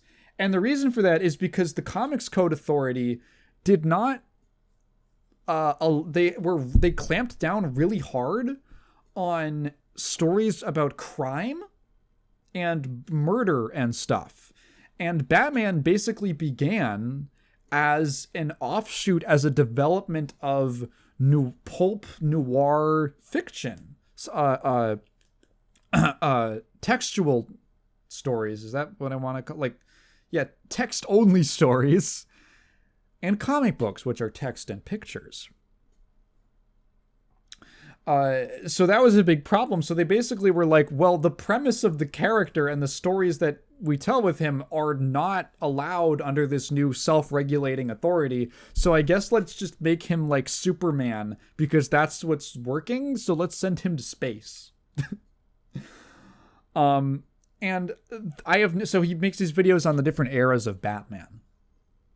And not only Batman, but like eras, but also specific storylines. So he made I was watching some of his videos to get a bit of a refresher or a little more in-depth knowledge on things that are relevant to Arkham Knight. So I watched his videos on like Red Hood and Hush and some other stuff.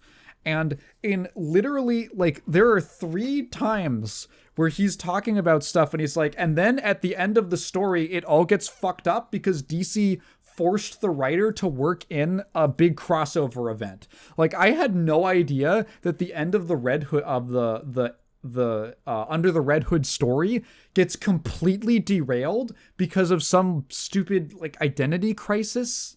One of their terrible events that wasn't even good. And they forced the writer to make concessions to fit in their big overarching event comic. And then I see that happen in Guardians of the Galaxy with Gamora, and I'm like, God, comic book movies are just like comic books. I saw a video recently from it's that guy, he makes like sketches and a couple like video essay things. He's called Man Carrying Thing, and he made a little video with his wife talking about whether or not superhero movies are like slowing down and if they aren't as viable anymore.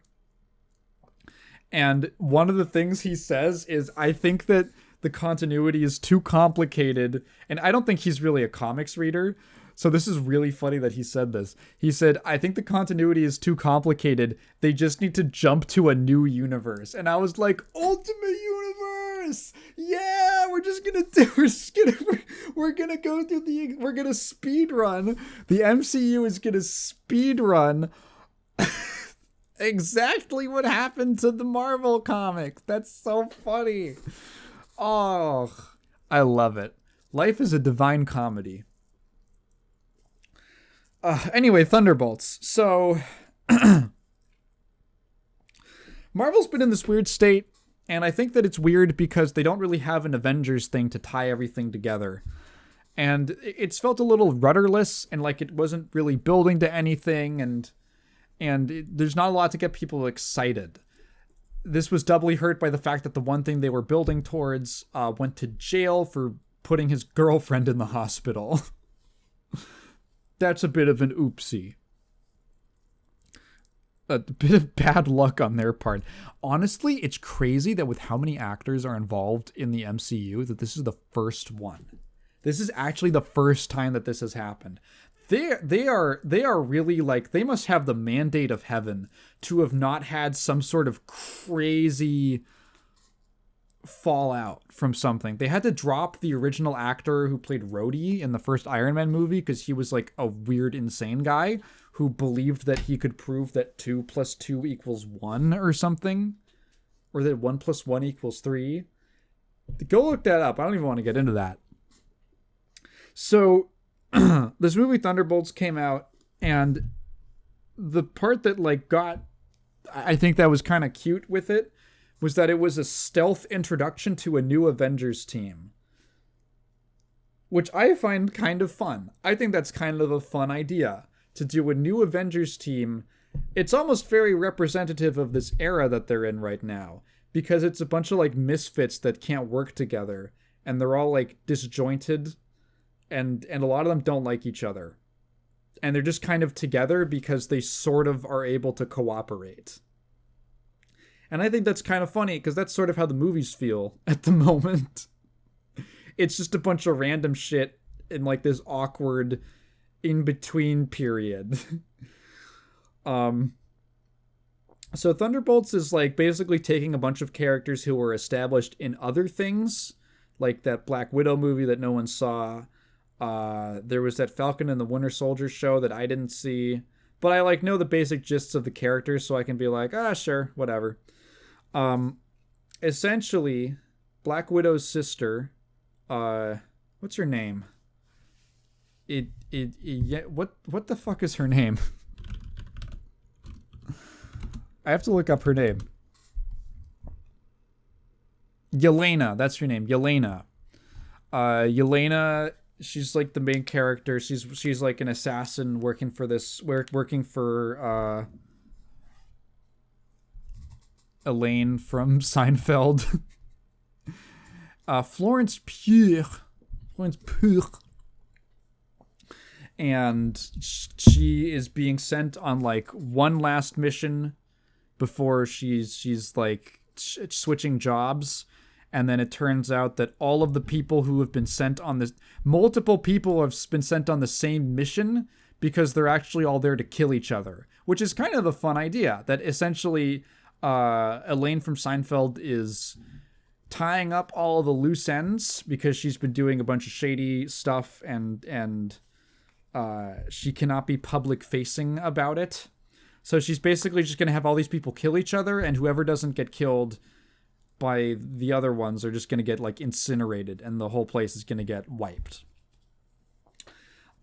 This leads to a sort of, they don't like each other and they start out trying to kill each other, but they are then forced to work together to get out alive, essentially, and then later get revenge on Elaine. Also, Bob is there. Bob Reynolds, the Sentry. I think that the strong points of this movie mainly lie in the interactions between the characters. The plot is fine. It's got some slightly interesting ideas. I appreciate the fact that the struggle of the film, there is action. There's plenty of action and fighting and stuff. But really, the main struggle is psychological. And Bob is used as a... what would be the word? Bob is sort of used as an anchoring point who kind of connects. He sort of like represents the overall struggle of the team. He's like a loser. He was like a drug addict. He does meth. That's like a part of the movie. I thought that was funny that they included that he was like spinning a sign. He was like a sign spinner for a fried chicken restaurant, and he was doing that while high on meth. He has a bunch of mental health issues. And they don't get like super duper dark with it. He had like an abusive family. They do like tasteful enough cutaways where you get the idea.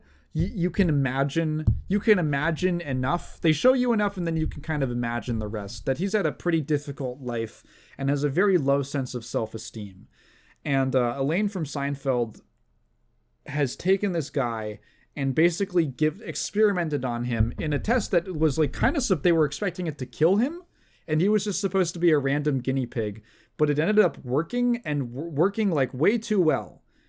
And it turns him into this ungodly powerful being called the Sentry, who is like a Superman character, which the Marvel, at least the cinematic universe, hasn't quite had a character who's just like that. There are a couple of them in the comics. But the Sentry is the most direct send up to a Superman character, because he's a very interesting... I don't want to like get super into just getting off topic, talking about comics, but I guess I will. The Sentry's whole deal is that he is a superhero. I'm not going to spoil the whole thing because I think that it's worth reading or at least checking out. The Sentry's whole deal is that he is a golden age superhero that everyone forgot about. And he was super important, and then everyone forgot about him, including himself. And then one day he wakes up and he remembers that he used to be a superhero, and he's like, that's weird. Why do I remember that? Why has everyone seemingly forgotten that I existed and had this prior life? And the answer, the unraveling mystery, leads to all of these... this big allegorical thing for a bunch of stuff that I'm not going to get super into.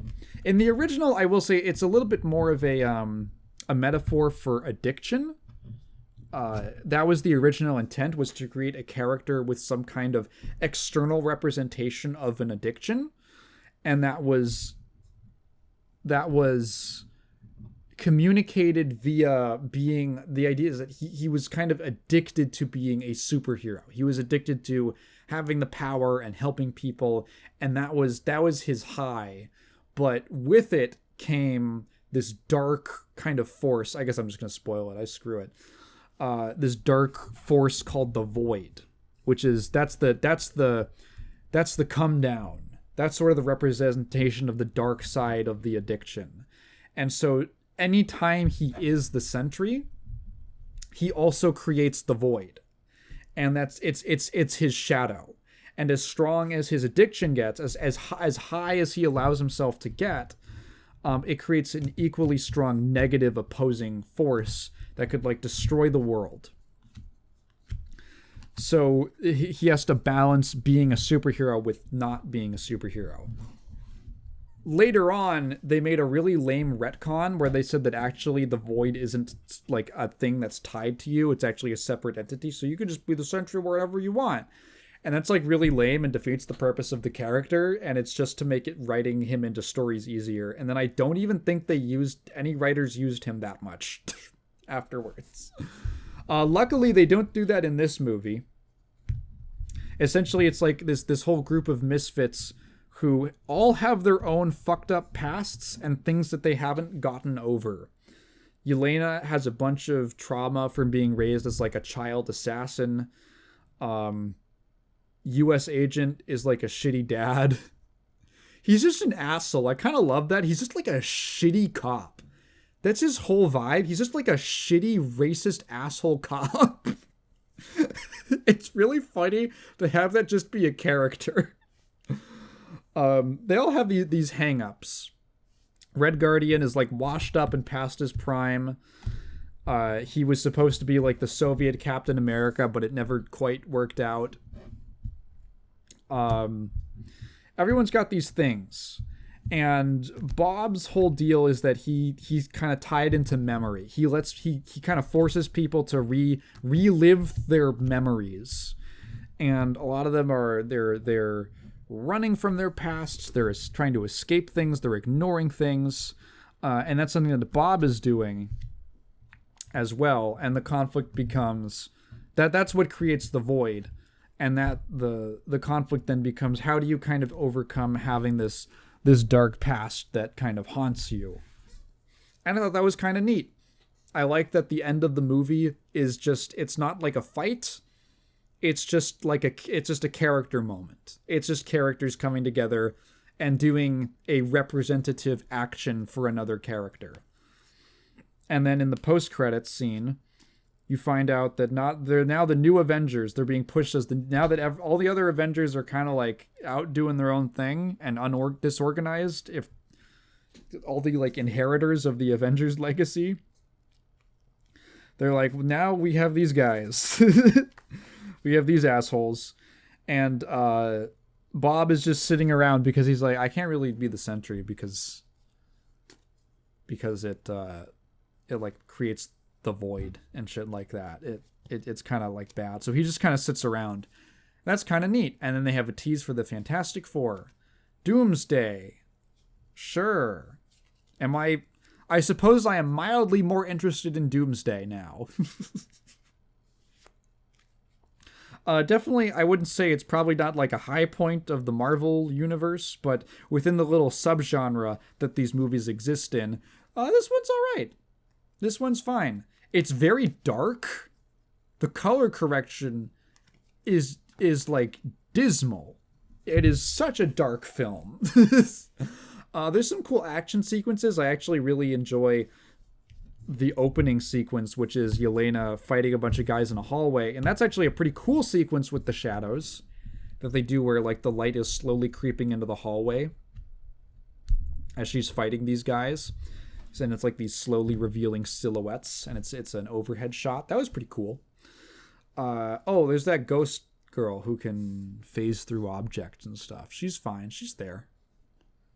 And Bucky's there. Yeah, it's like this really odd little ragtag group. I like David Harbour as Red Guardian. He's kind of like the father figure, sort of glue kind of guy. And then Winter Soldier is like, he's like the other dad. It's like a bunch of weirdos and they're two gay dads. Yeah, I don't know. I thought it was decent. Thunderbolts. Not a blunderbolt. Ha ha ha. And now I'm going to talk about another comic booky thing. But before that, I think I have to go get a drink because I can feel my throat drying up, and I'm going to talk about Arkham Knight for a while. Okay, so I decided that on my break, I was going to play Arkham Knight, and I was going to wrap up this sort of trilogy, if you don't count Origins. It's kind of a prequel, sidequel thing.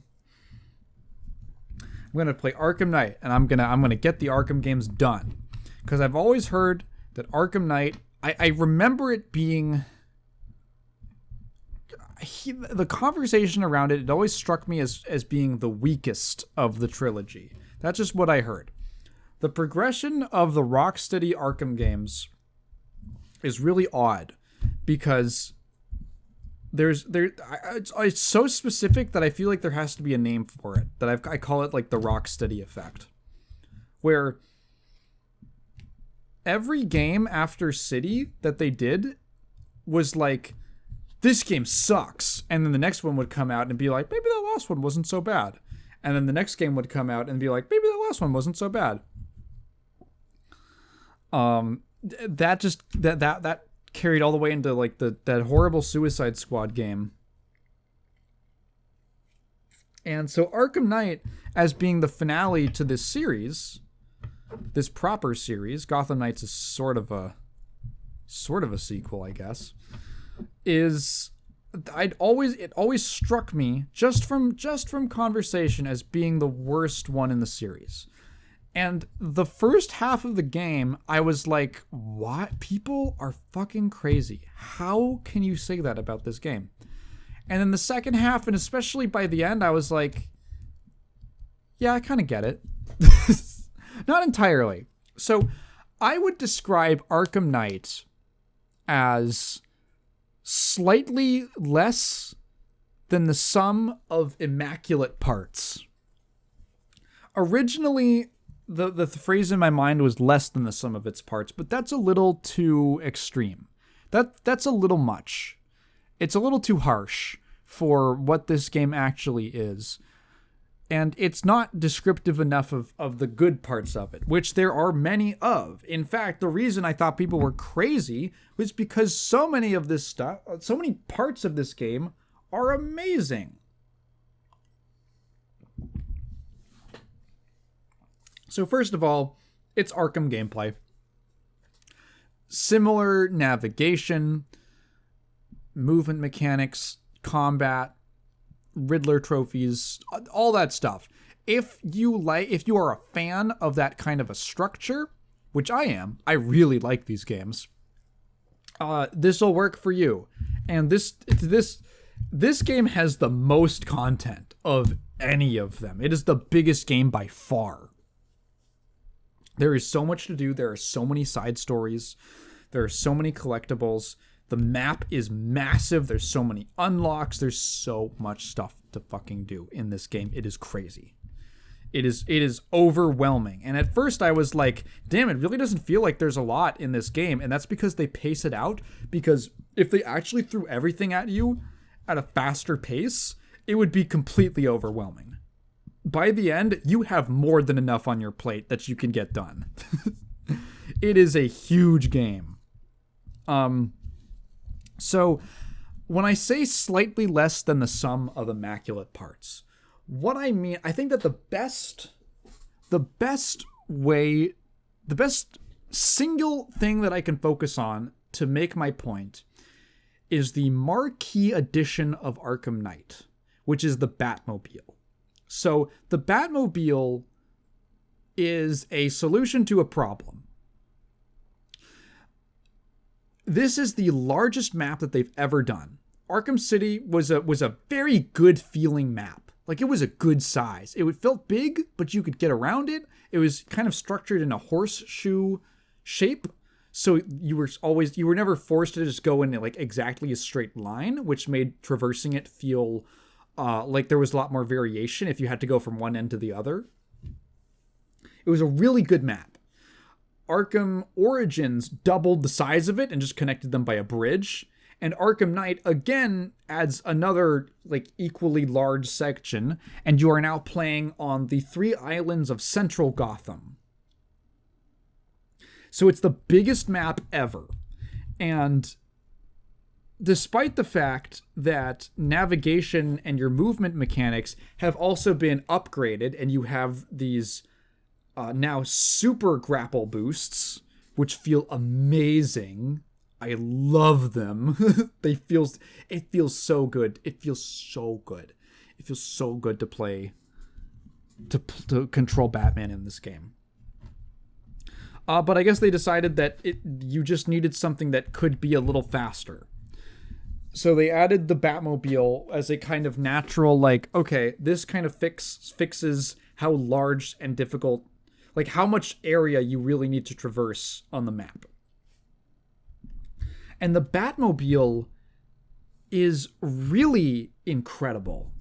It looks great. It sounds great. The animations on it are unbelievable.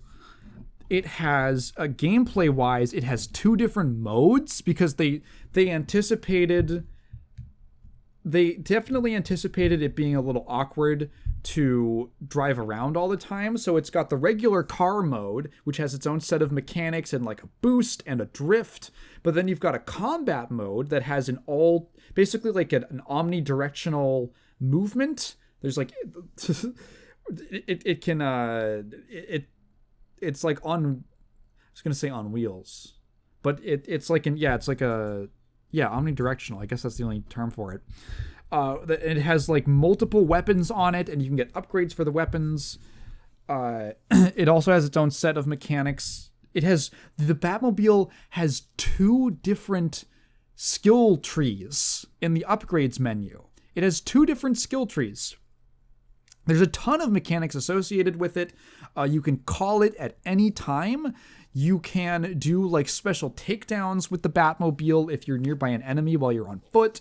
There are tons of missions in the game and story stuff that requires you to use the Batmobile. There are like multiple different kinds of Batmobile combat. There's like the Riddler trials have a bunch of like Mario Kart tracks for the Batmobile.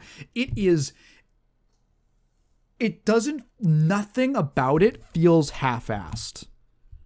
It feels like they put a ton of effort into not just giving it a bunch of like fleshing it out to an incredible extent, but also integrating it into the game in a way that feels important. It's like a core part of the game.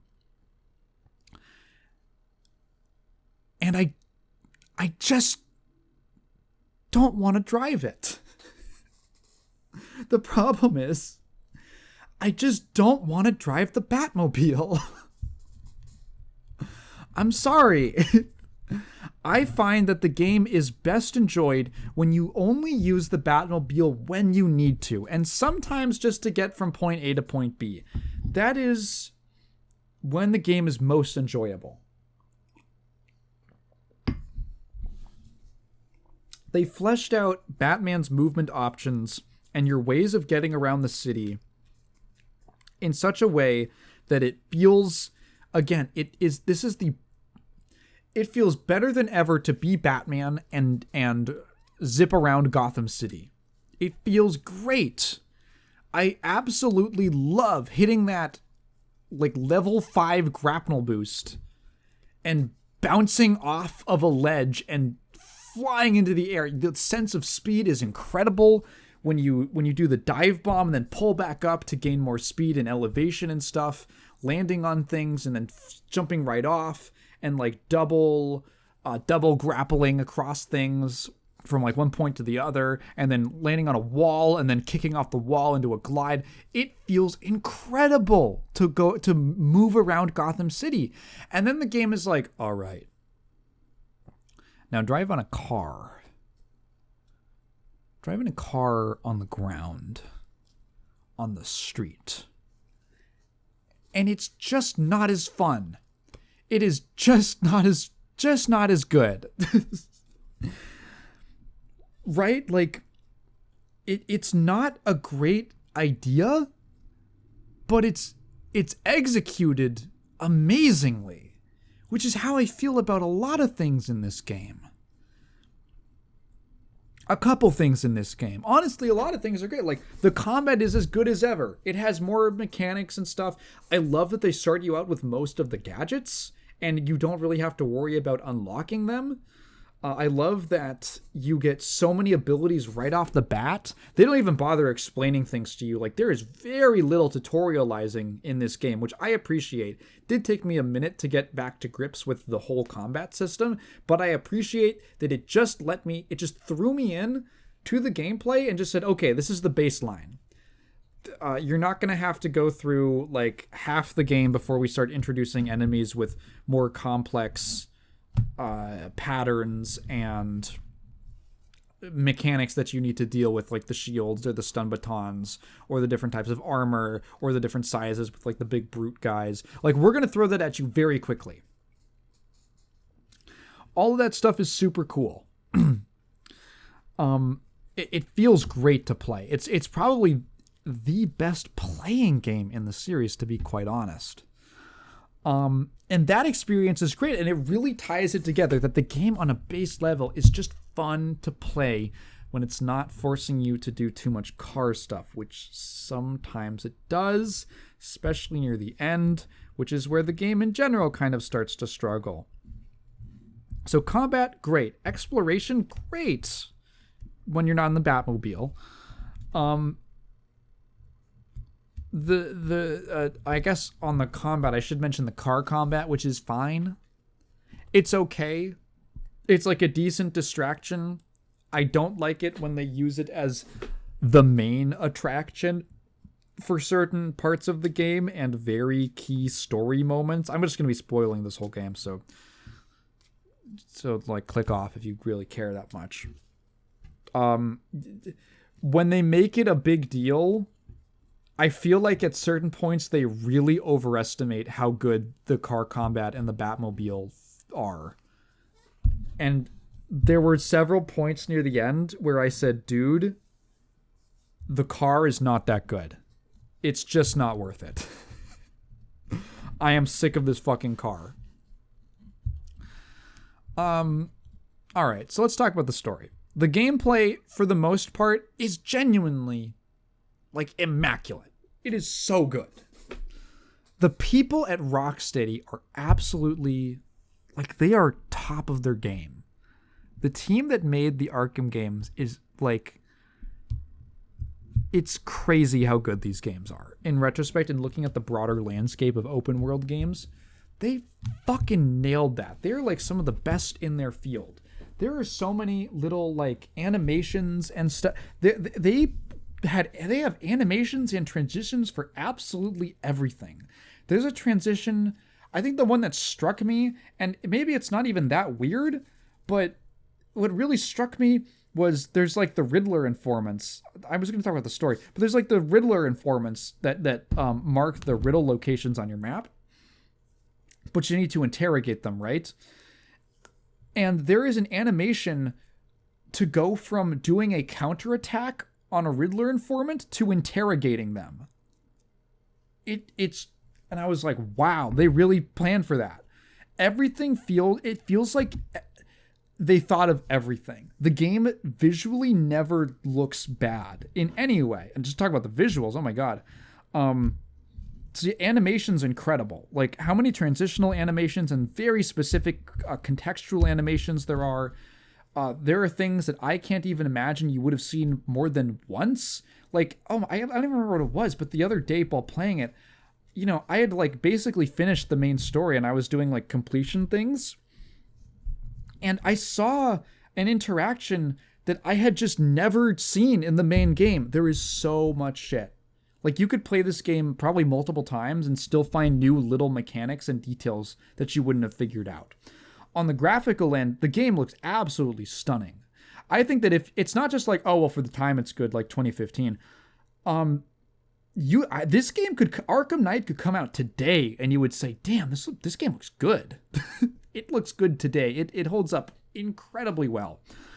Not only is the city rendered in like the large landscape shots are beautiful. There is an unbelievable amount of detail. Every single alleyway, every single little like nook and cranny, every corner,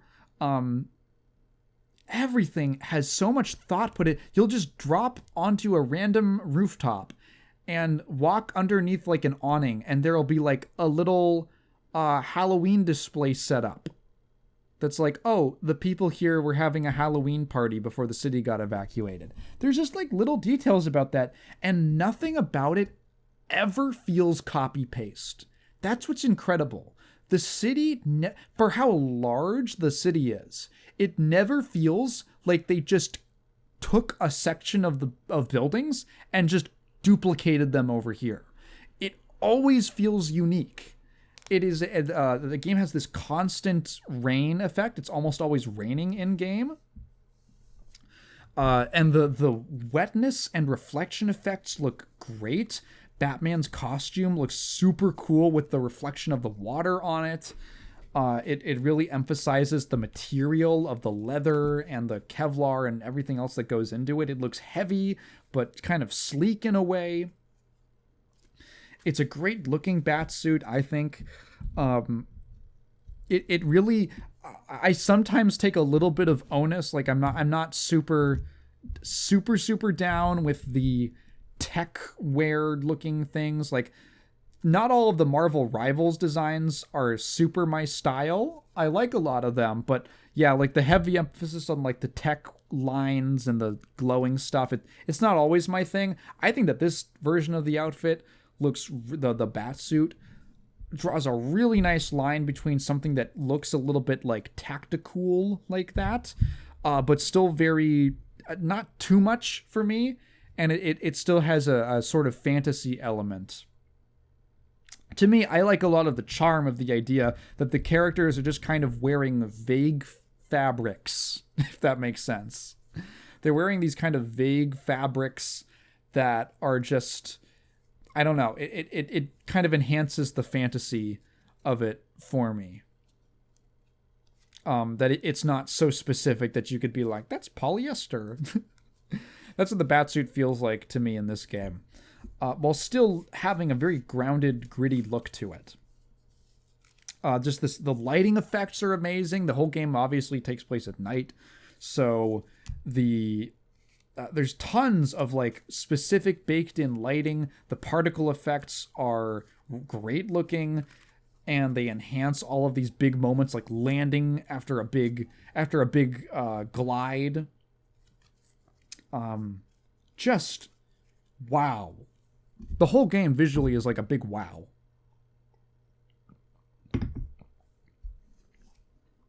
Some of the best in the business, really. They were real pros. Everyone on this game did a great job. Everyone did a great job. Except arguably the writers. It's time to talk about the story. So the story's the biggest problem with Arkham Knight.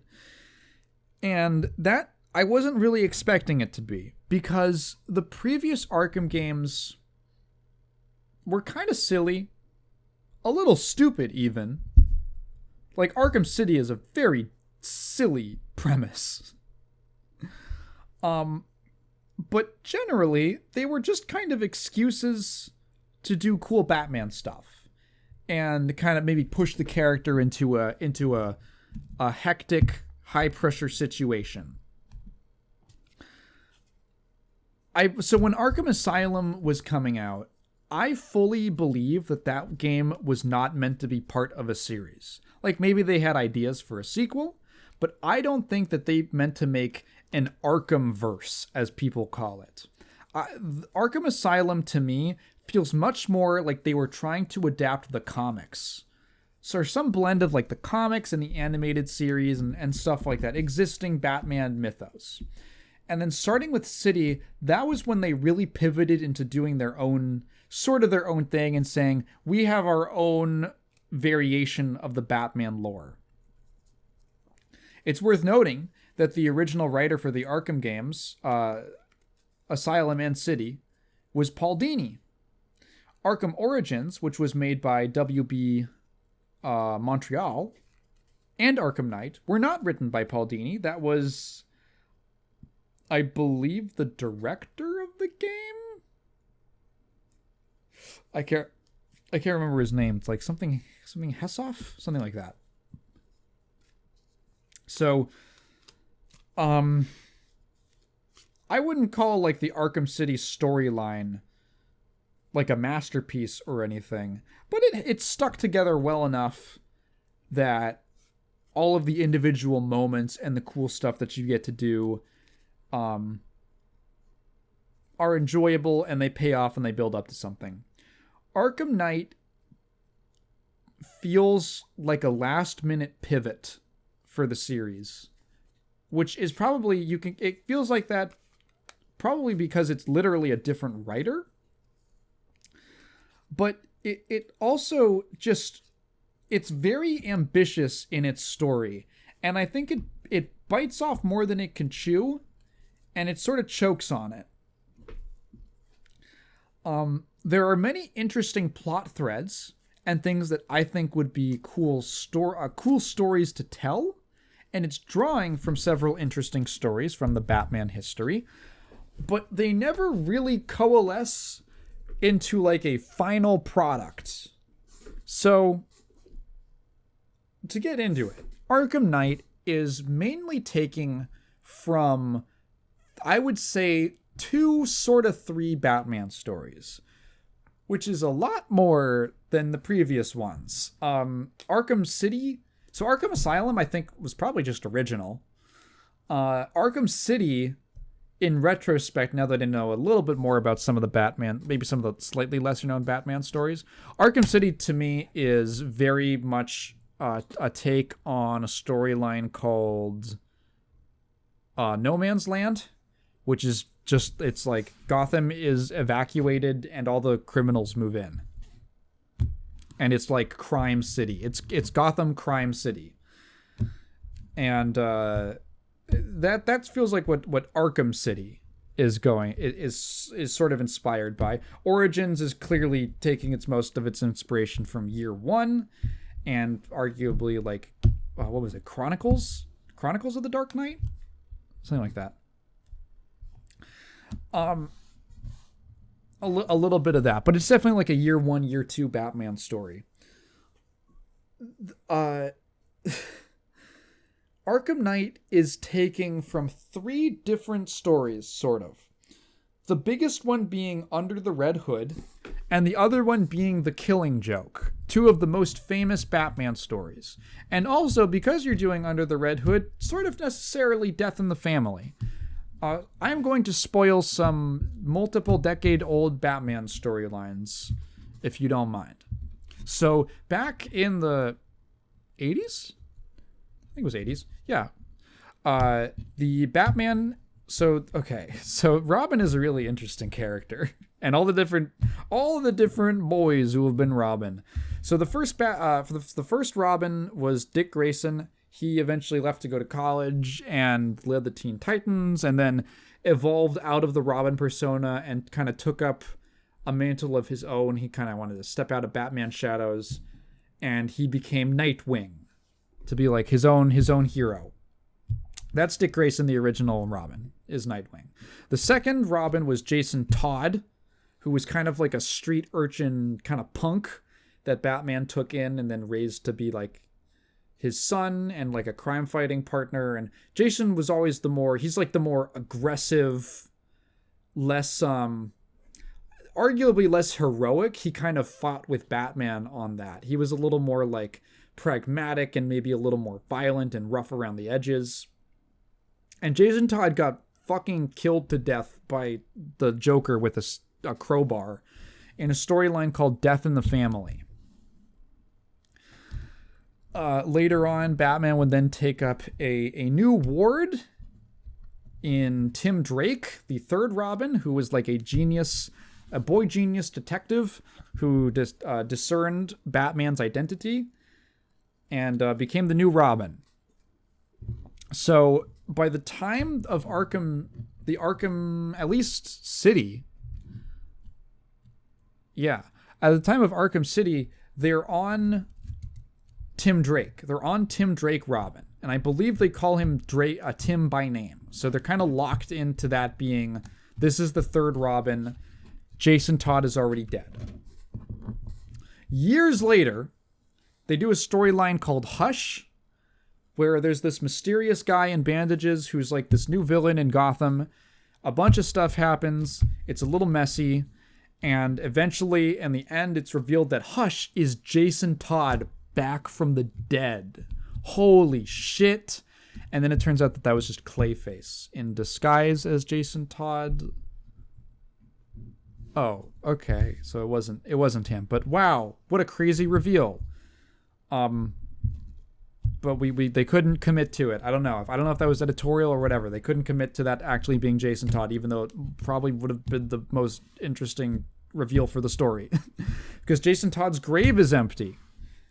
So it turns out that no, Hush was actually just some guy that Bruce Wayne knew when he was a kid. Okay, all right. Flash forward to Under the Red Hood, where a new villain shows up who is doing things a little differently. He's like Batman, but more violent, and he's killing criminals. He's a vigilante, and he and Batman come to a crossroads on using violence to fight crime. And this new character, Red Hood, is a deliberate reference to the Red Hood, which was the Joker's purported, he will claim sometimes, original identity. He was like a petty crook named the Red Hood who was robbing Ace Chemicals, and then Batman chased him and he fell into a vat of chemicals and became the Joker. I kind of like the idea that that's not hard confirmed and that could just be a lie that the Joker made up. Obviously it happened. There was a guy called the Red Hood because Batman remembers it, but I kind of like the idea that maybe that guy actually became the Joker, or maybe the Joker just found out about that and wanted to fuck with Batman by claiming that like he created him essentially. I like that too. That feels like a very Joker thing to do. In any event, Red Hood takes the same name as that original villain, which is like pretty clearly, it's like, okay, a villain of Batman's own creation. Who could it be? Eventually it's revealed that, oh, it's Jason Todd back from the dead. And also it gets retconned that when in Hush, Hush was revealed to be Jason, that was actually Jason, but then he switched places with Clayface during the fight. So that it was a fake out just to fuck with Bruce. Comic books are so fucking dumb. So that's the Red Hood storyline, and his motivation is that he's come back and he's basically, his whole deal is that he is pissed off that he got killed by the Joker, because he actually died and he got brought back because Superboy like punched so hard that it caused a ripple in reality. Fucking comic books. I don't know why they didn't just make it the Lazarus Pit. And they just say that the League of Assassins, or the League of Shadows, which one are they? What that they just revived him. Because they do later throw him in the Lazarus Pit, and it like lets him regain his memories. Anyway, he comes back to life. He was dead, got brought back to life, and he finds out about what happened, and he is super pissed off. Because he's like, the Joker killed me. Like, your son. The Joker killed your son, and you didn't. That should have been the moment that you were like, okay, fuck it, this guy has to die. He's like, I don't care if you let all the other criminals live. The fact that you haven't killed the Joker after that is insane. I cannot believe you. Fuck you, Batman. So his whole deal is that he's trying to put Batman in a situation to, one, prove that his methods are better than Batman's, and two, to get Batman to break his no-kill rule, to force him to kill the Joker. And then ultimately the resolution of the story is that Batman stays true to his convictions. He does not kill the Joker. He finds a way around it. And he remains true to himself. He rejects the idea that you just have to kill anyone and that people can be redeemed or at least be locked away, and that there's better ways of dealing than murder. That's a very Batman thing, right? That's the point of the story, is that Red Hood is trying to push Batman to the limits of his morality and get him to kill. Okay. Other storyline.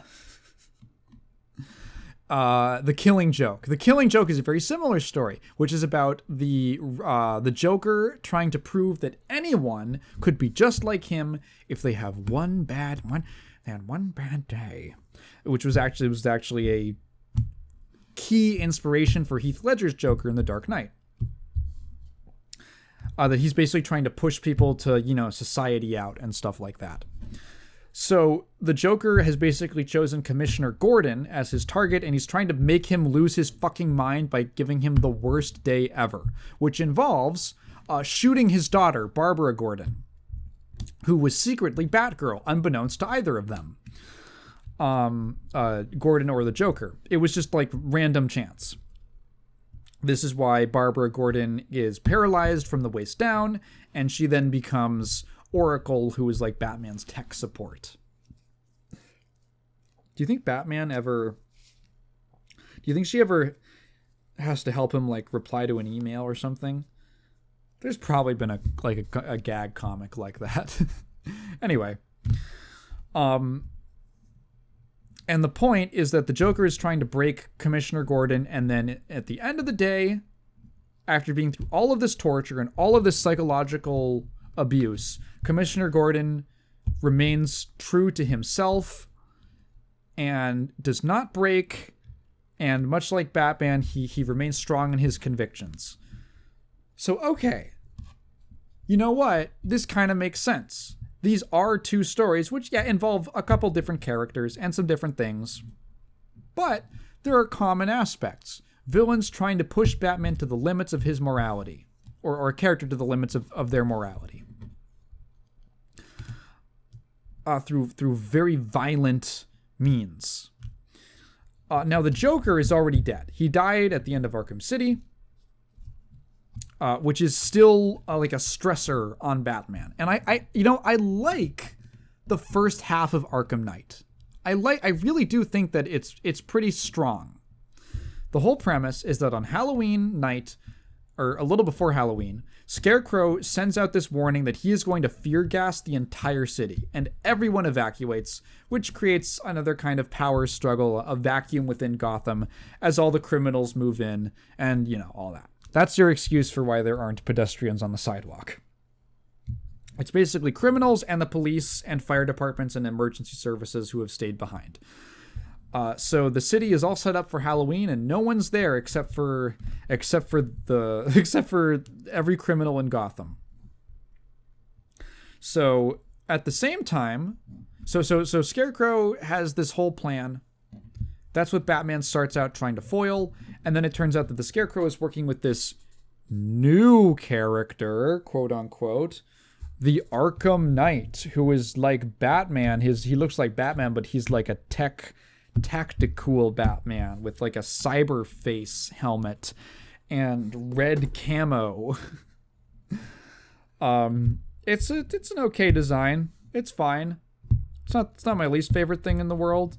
I prefer the Red Hood design. That's also another thing. One of the misgivings about this game leading up to it was that the marketing was not honest, I guess. They kept saying, obviously, when you find out about this character and you learn one single thing about him, you go, oh, this is Red Hood? And they said, no, it's not. It's not Red Hood. It's a brand new character, because that was their thing, is they wanted to make a game with a brand new villain for Batman. But also, they just wanted to do the Red Hood storyline.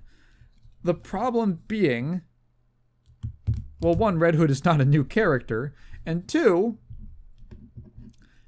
the Red Hood story is based on like, oh no, wait, actually, it's even dumber. I was gonna say the Red Hood storyline works because of the twist, and if you already figured out who the character is, and if you have any knowledge of the comics, it might be a lot less impactful when you play the game. And then I remembered that actually the reveal that Jason Todd is the Red Hood happens fairly early in the storyline in the comics. It's known to the audience, but not to Batman. And for some reason, because they already kind of blew their load with the Jason Todd reveal in Hush, so they're just like, yeah, no, it is actually Jason Todd. Batman doesn't know that, but he's going to find out soon. So in the comics, it wasn't like a big deal to keep Red Hood's identity that secret. But in Arkham Knight, they keep it up to almost the very end of the game. Almost the tail end of the game. They are keeping his identity a complete secret. So it's not a very interesting mystery because I already know who it is. And the problem is that, okay, so here's where the problem starts with Arkham Knight's story, is that it's not chunky enough for a game of this size.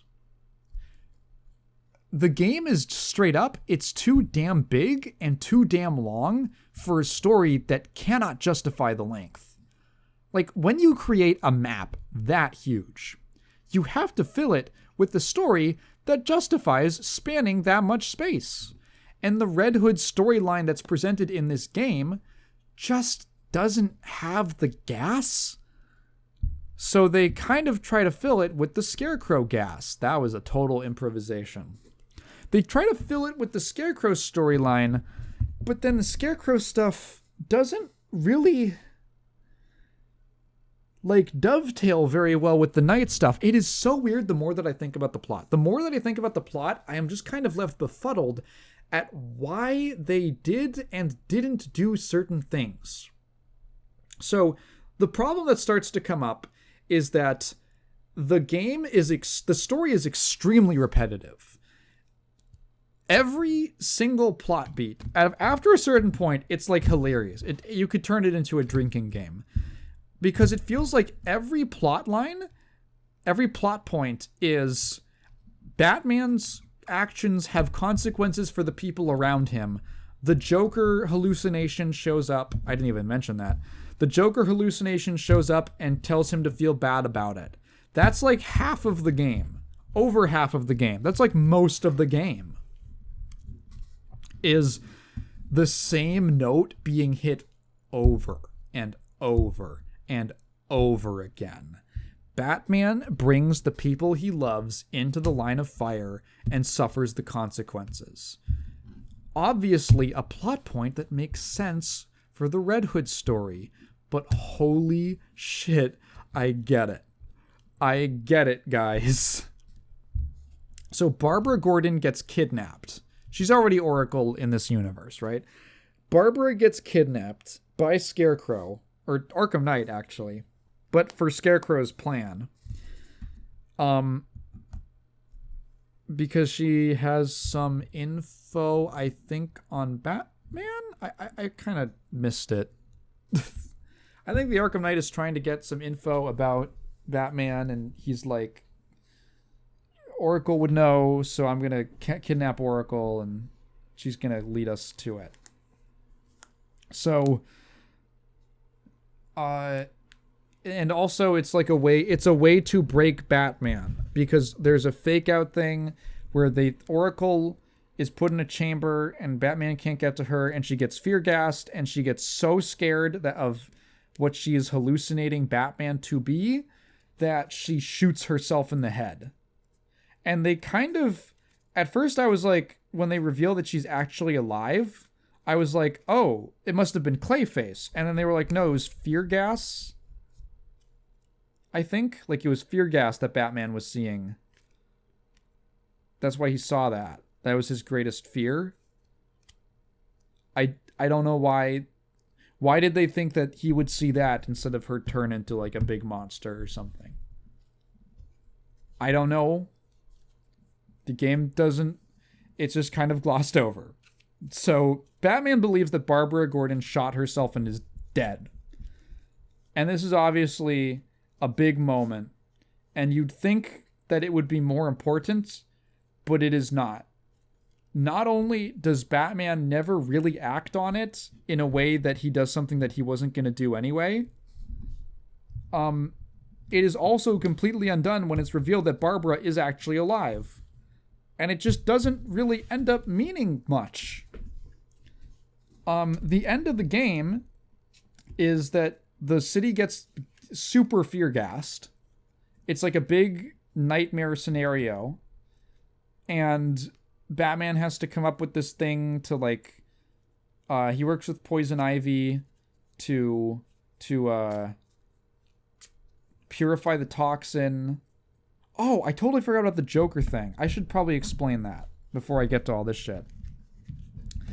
So Batman had a transfer of the Joker's blood in Arkham City, and that caused him to get poisoned. And that was like the plot of that game, is that Batman is sick and he needs to get a cure before he dies. And that was the ticking clock element of the plot. Although you can just run around and do Riddler trophies to your heart's content.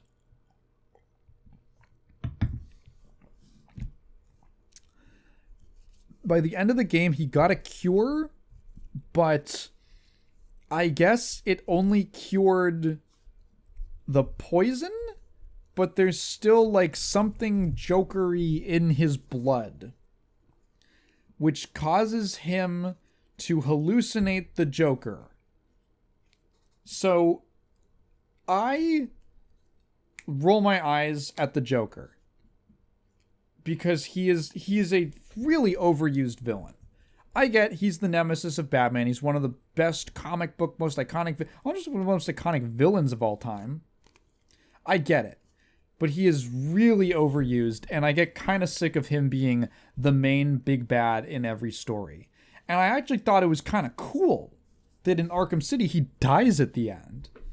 Partially, sort of, and it's a great ending. It's a great way to kill the character, a complete accident of Batman's own doing. So not only does Batman accidentally break his no-kill rule, which is extremely, like, scary to him, it's also, like, a joke. It's like an ironic thing that the Joker takes pleasure in his final moments. Holy shit, that was the loudest plane. It is right over my head. Dude, is that, like, crashing? What the fuck? Anyway. What was it? Yeah, it's also like a bit of ironic comedy that the Joker dies in sort of this way that he finds funny. It's a cool way to send off the character if you're going to kill the Joker. So, and then with Origins, I was like, okay, it is a prequel. I was a little disappointed that I went on a bit of a roller coaster with that game where the more Joker focused it was, I was like, okay, more Joker. And then eventually they pivoted away from that, and it was a story about different characters, which I enjoyed. I was actually happy that in the end they did that. But then I saw that in Night they brought him back, and I was like, oh god, really? Can we just not get away from Joker? But I'll give them. The way that he's done, the way that he's implemented is kind of cool. He is a hallucination in Batman's head where he's seeing the Joker, and the Joker is basically all of his negative thoughts and all of his fears and worries. It's essentially Batman now has his nemesis stuck in his head. And he is it is a constant source of negativity. You know, stuff that he doesn't, it's not the most helpful thing to hear. And they introduced this idea in this game that Batman is like turning into the Joker. And that if you got Joker blood, it wasn't just that you were going to die from the same Titan disease that he had in City. You're also going to like go into a state of psychosis where you start becoming like the Joker. Or your idea of what the Joker is. Which is also affecting Batman. Okay. So Batman has like these people that he keeps in containment in like a secret base he's got in a movie studio, which is a pretty cool environment. And Batman is the final, he is like one of these patients. And that's what like Tim Drake is working on. He's working on trying to find a cure for this, while Batman is slowly worrying that he's succumbing to the same Jokeritis. I guess it's like Joker fish. I guess it's like that. Okay, so that's like a big plot point, and the Joker is constantly popping up in, again, very well implemented scenes where sometimes he'll just grapple up to a big vantage point that overlooks the city, and he'll just be standing there talking to you about stuff. He'll be like, he'll be talking to you, and then you'll open up a door and go to another room, and then he's just standing there leaning against something. You'll crawl through a vent, and he'll be like crouched in the vent talking to you. Really good. It's a Mark Hamill Joker performance. I can't complain too much about it, and I do think the idea is cool. I think the idea is actually kind of neat to have back in hallucinatory form, and not really as a true character. It's not like the Joker's in it; he's represented in it. It's Batman's idea of the Joker, almost what he represents in Batman's head. That's kind of neat. Where does that go? Seemingly nowhere, and in weird directions. Let's talk about the end of the game. So, by the end of the game, Barbara's back. Scarecrow detonates the gas. Batman works with Poison Ivy.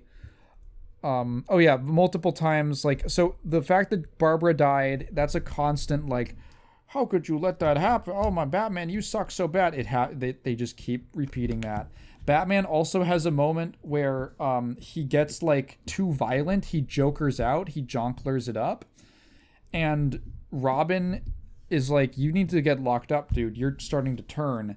And Batman instead like counters him and throws him into the cell against his own will, which is a really fucked up thing to do. And the game like kind of acknowledges it. I feel like it doesn't acknowledge it as hard as it maybe should. But yeah, it's a thing that happens. And that ends up with Robin getting captured. So Batman fights the Arkham Knight in a stupid car combat sequence. That is like, oh god, do I want to talk about tank stealth? Holy shit. Car stealth is a part of this game. There are tanks that have like, they drive around the city. These are for like boss encounters. There's only a couple sequences of them, and I don't like any of them. They're tanks, and they drive around, and they're huge, and they do a ton of damage if they lock onto you.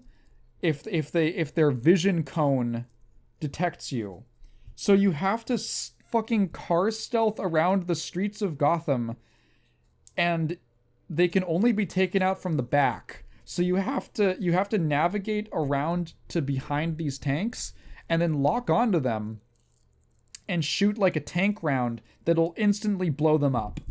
And this is like how you fight the Arkham Knight. The boss fights, to make an aside about the boss fights, there aren't really any, but the ones that are bad. Because they're all car combat. And it's very disappointing coming off of Arkham Origins. One of the things that Origins is weird because it is a prequel, but it came out between City and Night. So gameplay-wise, it's kind of like a weird sequel to Arkham City. And it's actually mechanically building off of City's ideas instead. One of the great innovations they made in Origins that I really appreciated was that they finally figured out, the Montreal team, they finally figured out how to do really cool one-on-one boss encounters with regular human fighter enemies. The previous Arkham games had always struggled to do those, and they, like, in Asylum, they were bad. Like, that game has bad boss fights. They mostly just end up being a big stage hazard that you also have to fight a bunch of ads around. In City, there are no real like pure combat fights, like boss fights. They're all either like the Ra's al Ghul fight, which is basically just dodging and then using gadgets, and then in the interim fighting a bunch of ads for filler. There's the Mr. Freeze fight that's great, but that's really just a stealth section with a cool twist. And then there's the final final battle, which is also a lot more just like movement and gadgets and stuff. And those are good. I think that those are pretty good, but they are like not using the game's core combat system. With Origins, they finally figured it out, and their solution was basically just to make one enemy that is really fast and dangerous and has a bunch of different patterns that you need to adapt to and counter at the right time and use certain gadgets just like you use them to counter specific enemies and stuff like that. And they actually had a bunch of fights like that were very cool and interesting and had really satisfying gameplay that used the core combat system, the free flow system. In Knight, that was being developed. Okay, so Origins was developed in between City and Knight, and it was made by a different team specifically because Knight was going to take so long that WB wanted another game to come out. That's why Origins exists. It was there to basically fill time. Knight was in development, so some of the ideas that I actually liked from Origins did not really, gameplay-wise, didn't make their way into Knight because, they were being developed basically at the same time. Not enough time to implement it. The game just wasn't designed around that stuff. So instead of having a fight with the Arkham Knight with like a cool hand-to-hand sequence like they do in the comics, it's car combat and then you do a stealth section with just an instant takedown if you get close enough to the Knight. And like, it's kind of lame from a gameplay perspective. It doesn't feel like a really epic struggle between these two characters. There are no boss fights in this game, and the ones that do exist, again, are really just kind of not amazing car combat. It's not the game at its best.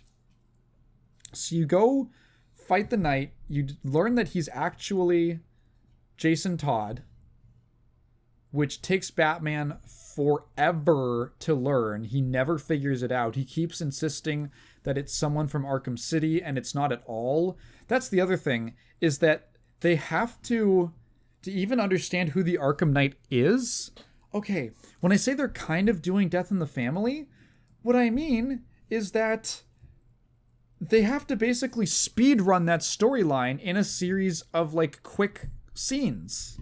And again, the way that they're done is very cool. Someone had to animate that and script that, and someone had to voice it, and then it had to be implemented in the gameplay with this cool sort of set-piece scripting of Batman seeing a vision of what he thinks went down when Jason Todd was murdered. And it's like a very well-constructed, well-executed scene and like sequence as you see these bits of Jason Todd's death in gameplay, not having to resort to a cutscene or anything. But like the overall context is that we are rushing through Death in the Family with a character we've never met before. It's very clear that I don't think that the original Arkham series writer Paul Dini really wanted to do the Red Hood storyline. At least not as the main thrust of a story, because of how much setup it requires that they had just kind of skipped over by setting it in the Tim Drake era of Robin. So they have to establish who Jason... like, when that happened in the comics, it was effective because it was a character who had been around for multiple years and was Robin that readers knew, and then he died. And then when he got brought back, that was crazy because the character had a whole history. And Arkham Knight is just doing the second half, but without the history, so it has to rush the history. So, okay. The fact that Jason Todd is Robin, or is the Red Hood, really does not feel like that big of a deal. Like, the series clearly was not building towards that. Of course, Joker, like, taunts you about it. And eventually Batman makes up and he's like, no, I don't want to kill you or whatever. And then Red Hood just escapes. He escapes. Batman goes to confront Scarecrow. No, he tries to confront Scarecrow. Scarecrow has kidnapped Tim Drake because Batman left him in a cell. Scarecrow kidnapped him and is holding him at Arkham Asylum. And they go back to the old Arkham Asylum and... oh god, what happens? Okay, there is a really lengthy fear gas scene where Batman is like turning into the Joker. And then you play as the Joker and you play as... then you do Joker first person shooter. It's Joker Doom. And Joker is wandering around like the caverns of his own mind, I guess, and realizes that actually the Joker's greatest fear is being forgotten and not having a nemesis to fight, and that he needs Batman to like complete him. But this is just the version of Joker that's in Batman's head. And also, what does this have to do with the story? There is a lot of time spent on this. It is framed like the big lead up to the conclusion of the story. Like, this informs what happens next. And Batman locks the Joker away in the Mind Palace. And he says... and Scarecrow is like, Batman, unmask yourself, because I'm trying to destroy hope, and I'm trying to turn you from a symbol into just a man. So, yeah, how do you guys feel about Man? Thoughts on Man? Thoughts on the? So, Batman is like, no, it's the only way. It's the only way to do it. And I was expecting Red Hood to come in and, like, shoot Scarecrow or something.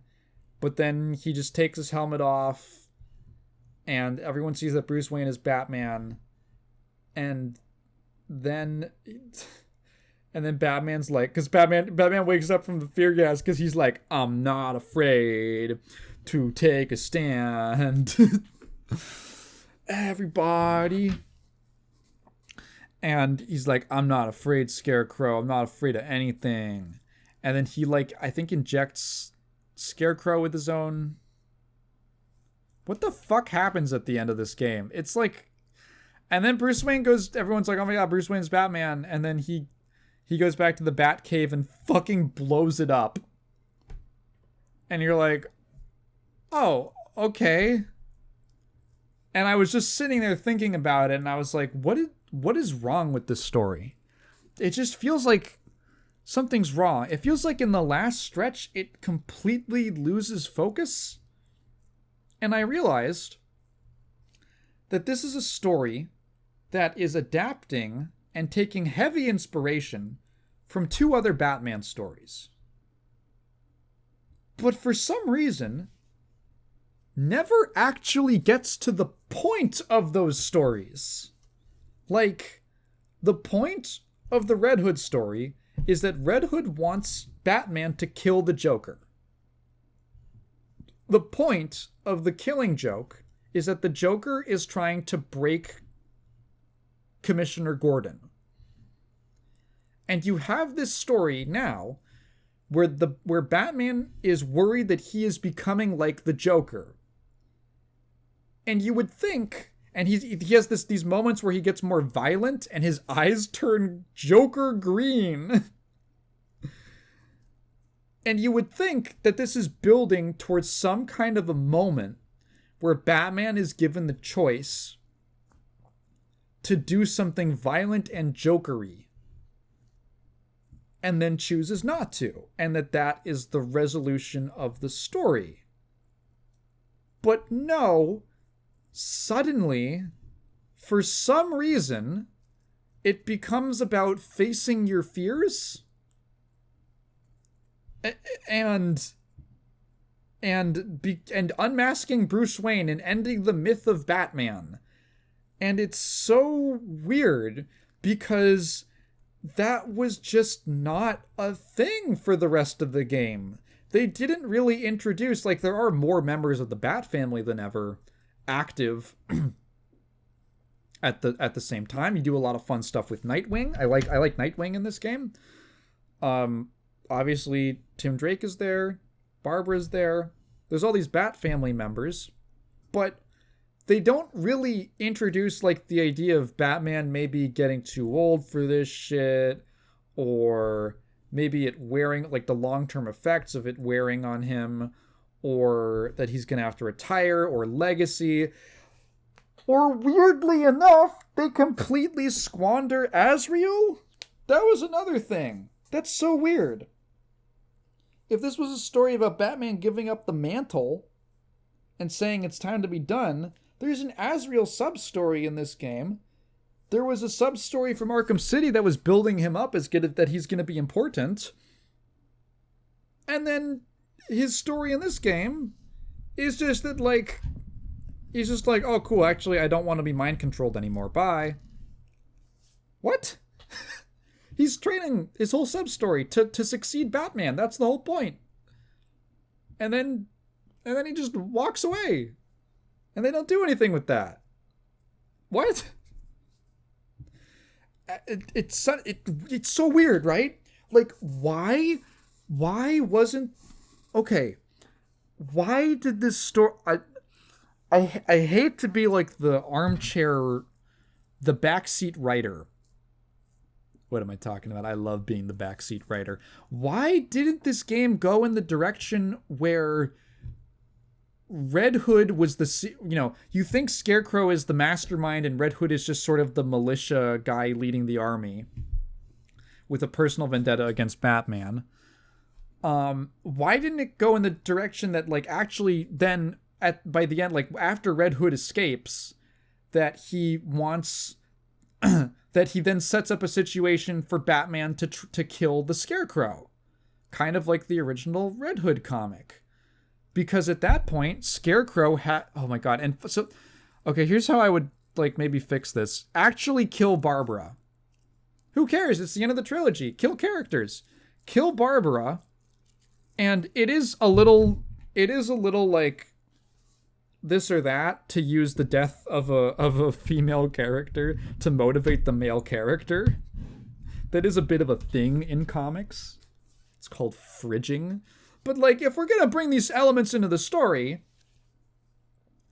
kill Barbara for real, and then use that as the, like, midpoint change where Batman starts to get more aggressive, and that, like, fills him with a level of rage over the course of this night that he isn't able to properly deal with the death of a second person. Fuck it, you can rush the Red Hood storyline or rush the Death in the Family recap, but at the very least, like, make the death that motivates the climax real, and it's something that we see in the game happening. Like, I think that would make it feel stronger, because we're like, oh my god, Barbara actually died.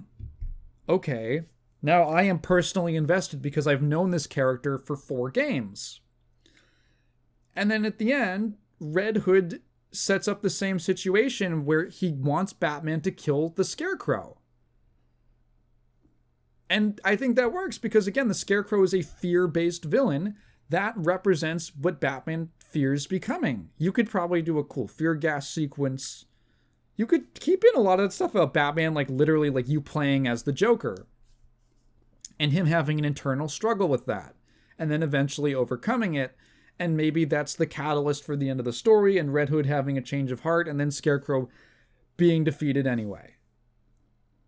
And I just find it really weird that feels like the natural direction for the story to go, and they just didn't do it. And it just turns into this weird thing about, we have to unmask Batman, and the legend of the Bat must die tonight. It's super random. It's super random, and I don't get it. Like, the whole back half of this story is an increasing amount of, like, why aren't they, like, what direction are they going in? It's really strange. And I don't get it. I just don't get it. Okay, here's what I thought was going to happen. Okay, so the reason I say that I don't think Paul Dini was interested in doing the Red Hood story was because in Arkham City, there's a DLC mission where you play as Robin, the Tim Drake Robin.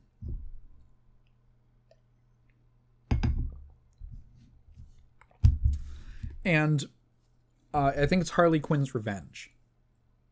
And he goes and tries to stop Harley Quinn, and Batman shows up for support, and you get some certified Robin gameplay. At the end of that DLC mission, there is a fake out. There is a moment of tension, of suspense, where there's an explosion at the factory, Robin has not gotten out, and there's a real moment where you're like, did he die? Did Robin die in this explosion? And then he didn't. He just comes out and he's safe. And I remember playing that, and in the back of my head thinking, oh, the next game's the Red Hood story, right? Are they actually going to kill him? Are they actually going to kill him? And then he shows back up, and he made it out just fine, and I was like, oh, okay. All right. So I feel like if you were going to do the Red Hood storyline, it would make way more sense to have, because you can kind of fudge the time between each of these games to say, like, maybe Arkham Asylum takes place during the Dick Grayson. I don't know if Nightwing is active yet. You can kind of like retroactively be like, oh, that took place during Dick Grayson, maybe Jason Todd era. And then Arkham City is like Jason Todd a little older, and he would die at the end, which would set up, or in that DLC mission, which would set up Arkham Knight, and for him to come back with the Lazarus Pits. They also, wait, did they ever explain how Jason Todd came back? I don't think did they ever explain how he came back in this game? Hang on. I'm going to look this. Did I just miss this? Arkham Knight. Jason Todd.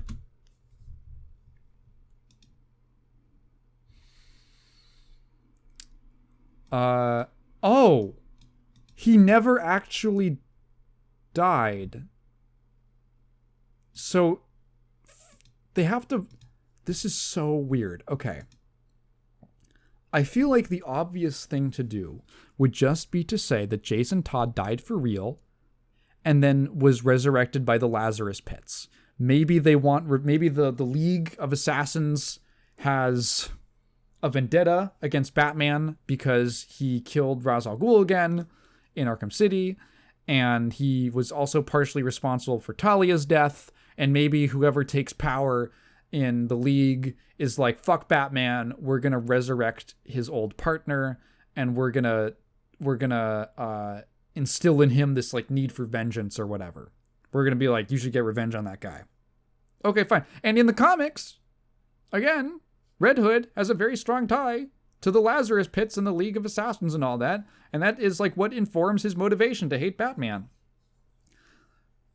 Again, I don't know why they didn't do that. Instead, in this game, they just say Joker captured and tortured Jason Todd for months and then didn't kill him, but recorded like a fake snuff film and sent it to Batman and made it seem like he died, but he didn't actually kill him. And they don't say what happened in between.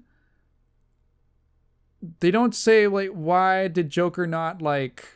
Well, first of all, why didn't he kill him? Why didn't we hear about this earlier? Like, why wasn't there anything about this in City? Why wasn't there anything about this? Did Joker have a plan?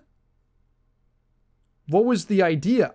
I don't know why. And it's so weird because there's all of these questions that feel like they have obvious answers that the game just chooses not to do that could have been fixed in a single line. There's a League of Assassins side quest in this that is, oh, it's an expansion mission. Sorry, it's a DLC mission. Oh. And it shows the League in a state of like a civil war in disarray after Talia's death, and how they split into two sub-factions that are at war with each other. You could, and obviously Ra's al Ghul was an important part of Arkham City. He was kind of important there. He was like a twist villain at the end.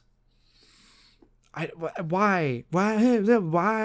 It's weird because you ask these questions, these things come up, and you think that's weird, and then like a really easy solution immediately pops into your mind of why didn't they just write it like this? And that's like a lot of this game's problems. I have to use the bathroom. It's just why? Like the end, so many things about this game's plot are just big why. It's their favorite letter of the alphabet. Why is it like this? Why did you do it like that? It's like, I get that there's sort of an element, there's a sort of theme about Batman's fears, you know, and Scarecrow and all that, but that feels more like a supporting element to the real thing that the game hammers on over and over again, which is Batman facing the consequences of his actions, which I get it, right? Like, an aspect of that is that it's his worst fears, that the people he loves are going to be affected. And Jason Todd's death is like one of the cruelest things you could do to a character like Batman, who his origin is being a child whose parents were killed, and then to put him in the reverse and say that now his quest for justice has caused him to, you know, be in the flip side situation where he's a parent whose child has been killed. And that's his worst fear come to light. But like,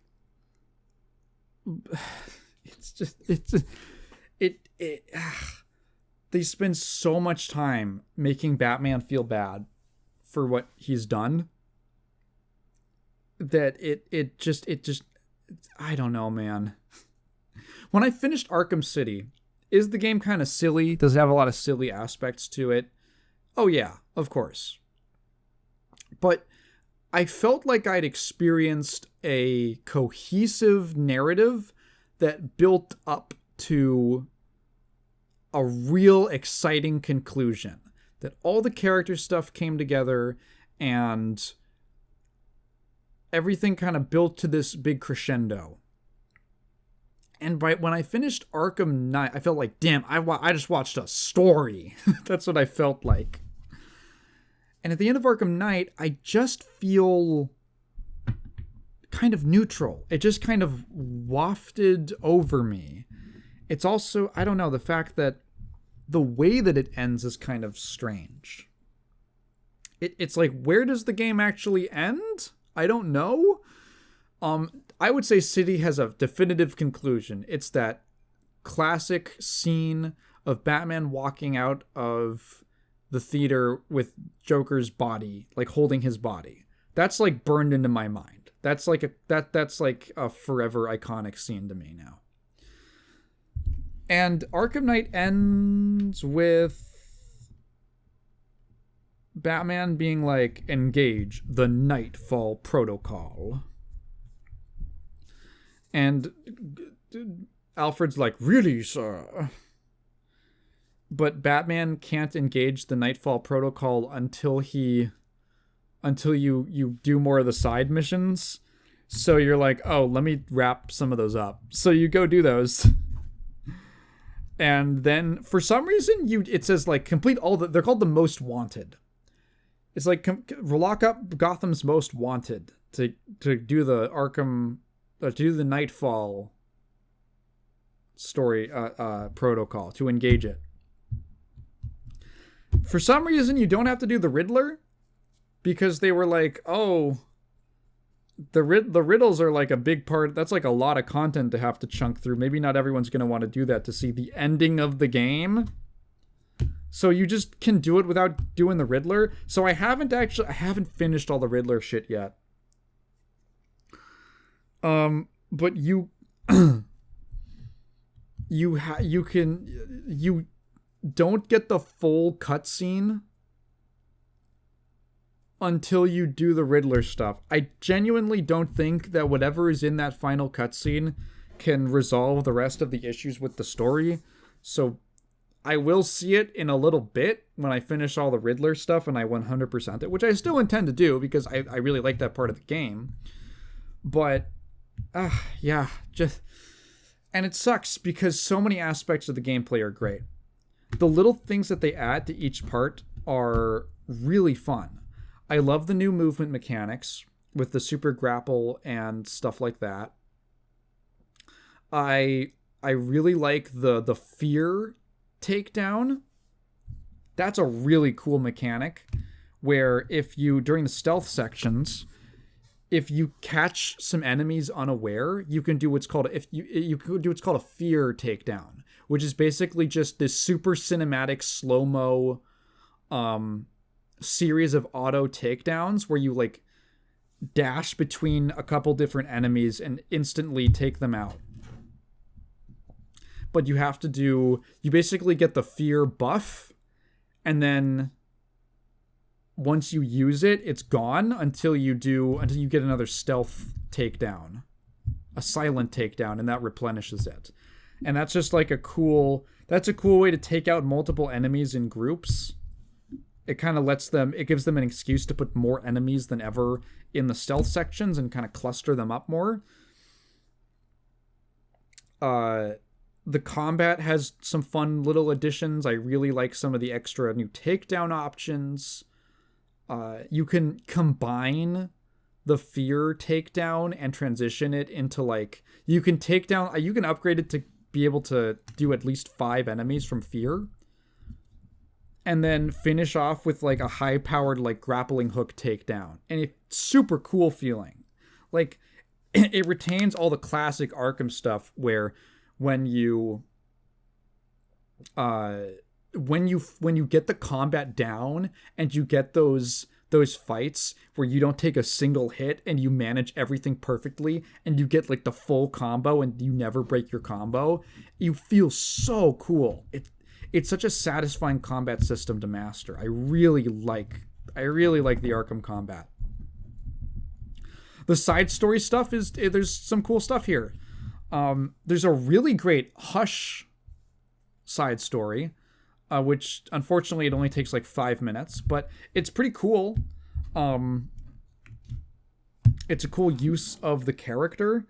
You can tell, I watched a video by some guy that was like what Paul Dini's Arkham Knight could have been, and apparently Paul Dini wrote a story the same year that Arkham Knight came out, I think, called Heart of Hush, which uses Hush and Scarecrow as its main villains, and also Catwoman as a central character, which is a thing in this. She's locked up by the Riddler, and it really feels like these are characters that he likes using. He likes Hush, he likes Scarecrow, and Catwoman. He likes bringing those characters into the Batman stories. And he wanted to use them for some more in-depth, he wanted to use them in more extensively, which is, it kind of feels, also Azrael, you could tell that he was setting him up to be something. Knight kind of skips over a lot of that besides having Scarecrow. What else is a cool sub-story? Where's some other good ones? Kind of blanking on. I like the Penguin one just because you get some cool Nightwing stuff. Those have these cool sequences where you're tracking a car through the city, which was nice. I'm really glad that they didn't force me into the Batmobile for that one. Generally, I would just say that the sub stories are fun. Oh, there's I really liked the Professor Pig one. Is it Professor Pig? Yeah. I don't really like Professor Pig that much as a character. He feels kind of like they're trying a little too hard to make him super disturbing in a way that feels a little like lame and lazy to me. But the whole sequence of leading up to him and finding these murder victims that have been like crucified around the city is pretty compelling, and I thought that was a really interesting mystery. The Azrael stuff, again, leading up to the end is cool, where you play as Azrael to do these like AR missions to prove that you're a good fighter like Batman. That stuff's cool. Anytime you're playing as another character in these games, it's neat. What are some other good ones? The Mad Hatter one, which is an expansion mission, is decent. I gotta look up the list. Arkham Knight Most Wanted. Oh, the Two-Face ones are cool. Those are like stealth missions. There's a lot of stuff that requires the car. There's like bombs you have to defuse around the city. There's like militia checkpoints that you have to take out. There are actually it's not a car thing, but I actually did like the watchtowers, mainly because that's mostly Batman stuff. Yeah. Oh, Man-Bat has it feels like it's a little too short of a storyline, but what's there is pretty interesting. Yeah, there's some good ones. There's some cool ones. Some of them, not all of them are very long. I wish a couple of them, like there's one with Deacon Blackfire, which I think is a neat idea to like have a character like that in Gotham, like this sort of messianic cult leader, but it's just kind of like a one-shot story. It's like one fight. Yeah, it's, again, so many of these things are good, and even the parts of the story that I don't like are executed pretty well. Like, these sequences are fairly interesting. The gameplay falls apart near the end because of how much car stuff they require you to do with the Arkham Knight. There's a Deathstroke fight, and I was like, oh man, I love that Deathstroke fight in Arkham Origins. And then you fight him in a fucking tank. Why is it a tank section? Oh god. Yeah, definitely kind of loses it by the end. Gameplay-wise, the game is great. Story-wise, it's got a lot of issues. It's got some cool ideas. I don't think that the Red Hood storyline is a bad thing to tackle, but it needed more setup. The Scarecrow is a cool villain. I like that it's a Scarecrow-focused story. I sort of wish that they leaned into that a little. I don't know. It didn't feel, the feared aspect didn't feel that strong to me, partially because they just don't go the very natural feeling places that I feel like you should go with that, but whatever. That I already talked about. But like the cutscenes, the performances, of course, all the animations, it's all really good. It's just a story that is kind of repetitive and then by the end really loses focus and is honestly pretty unsatisfying for what it's trying to do. So the gameplay is like better than ever. The story is definitely the worst of any of the games. And again, I don't really think that like Arkham City is the greatest. It's not the greatest story ever told, but it had a lot of high points and a lot of interesting moments and some pretty cool conflicts. And it at least wrapped up in I thought, a very satisfying way. It's a silly setup, but they do a lot with it. Origins also, it kind of lost me at a few points, but it always wrapped it back around to something that was pretty interesting. Yeah. I think what I said about it really does. What I opened this segment with still holds true. Arkham Knight is not terrible. It's not it's crazy to call this a terrible game. I knew that it had some bugs at launch, so that also affected the discourse around it near the time it came out. To call it a terrible game is lunacy. But it is slightly less than the sum of some very immaculately polished parts. And with that, I'm going to wrap this up because I've been talking for 3 hours. If you've been listening this far, thank you for listening to me ramble. I swear to God, I talked about Arkham Knight for like half the length of this whole episode. If you... Oh God, what do I say at the end of these? If you have a question, feel free to leave it down in the comments below. But please phrase it in the form of a question, because I'm not just going to read your thoughts out loud. I have been Tygan. I am working on the next video, so expect that out in a little bit. And check out the side channel and do this. I have a Patreon. Bye.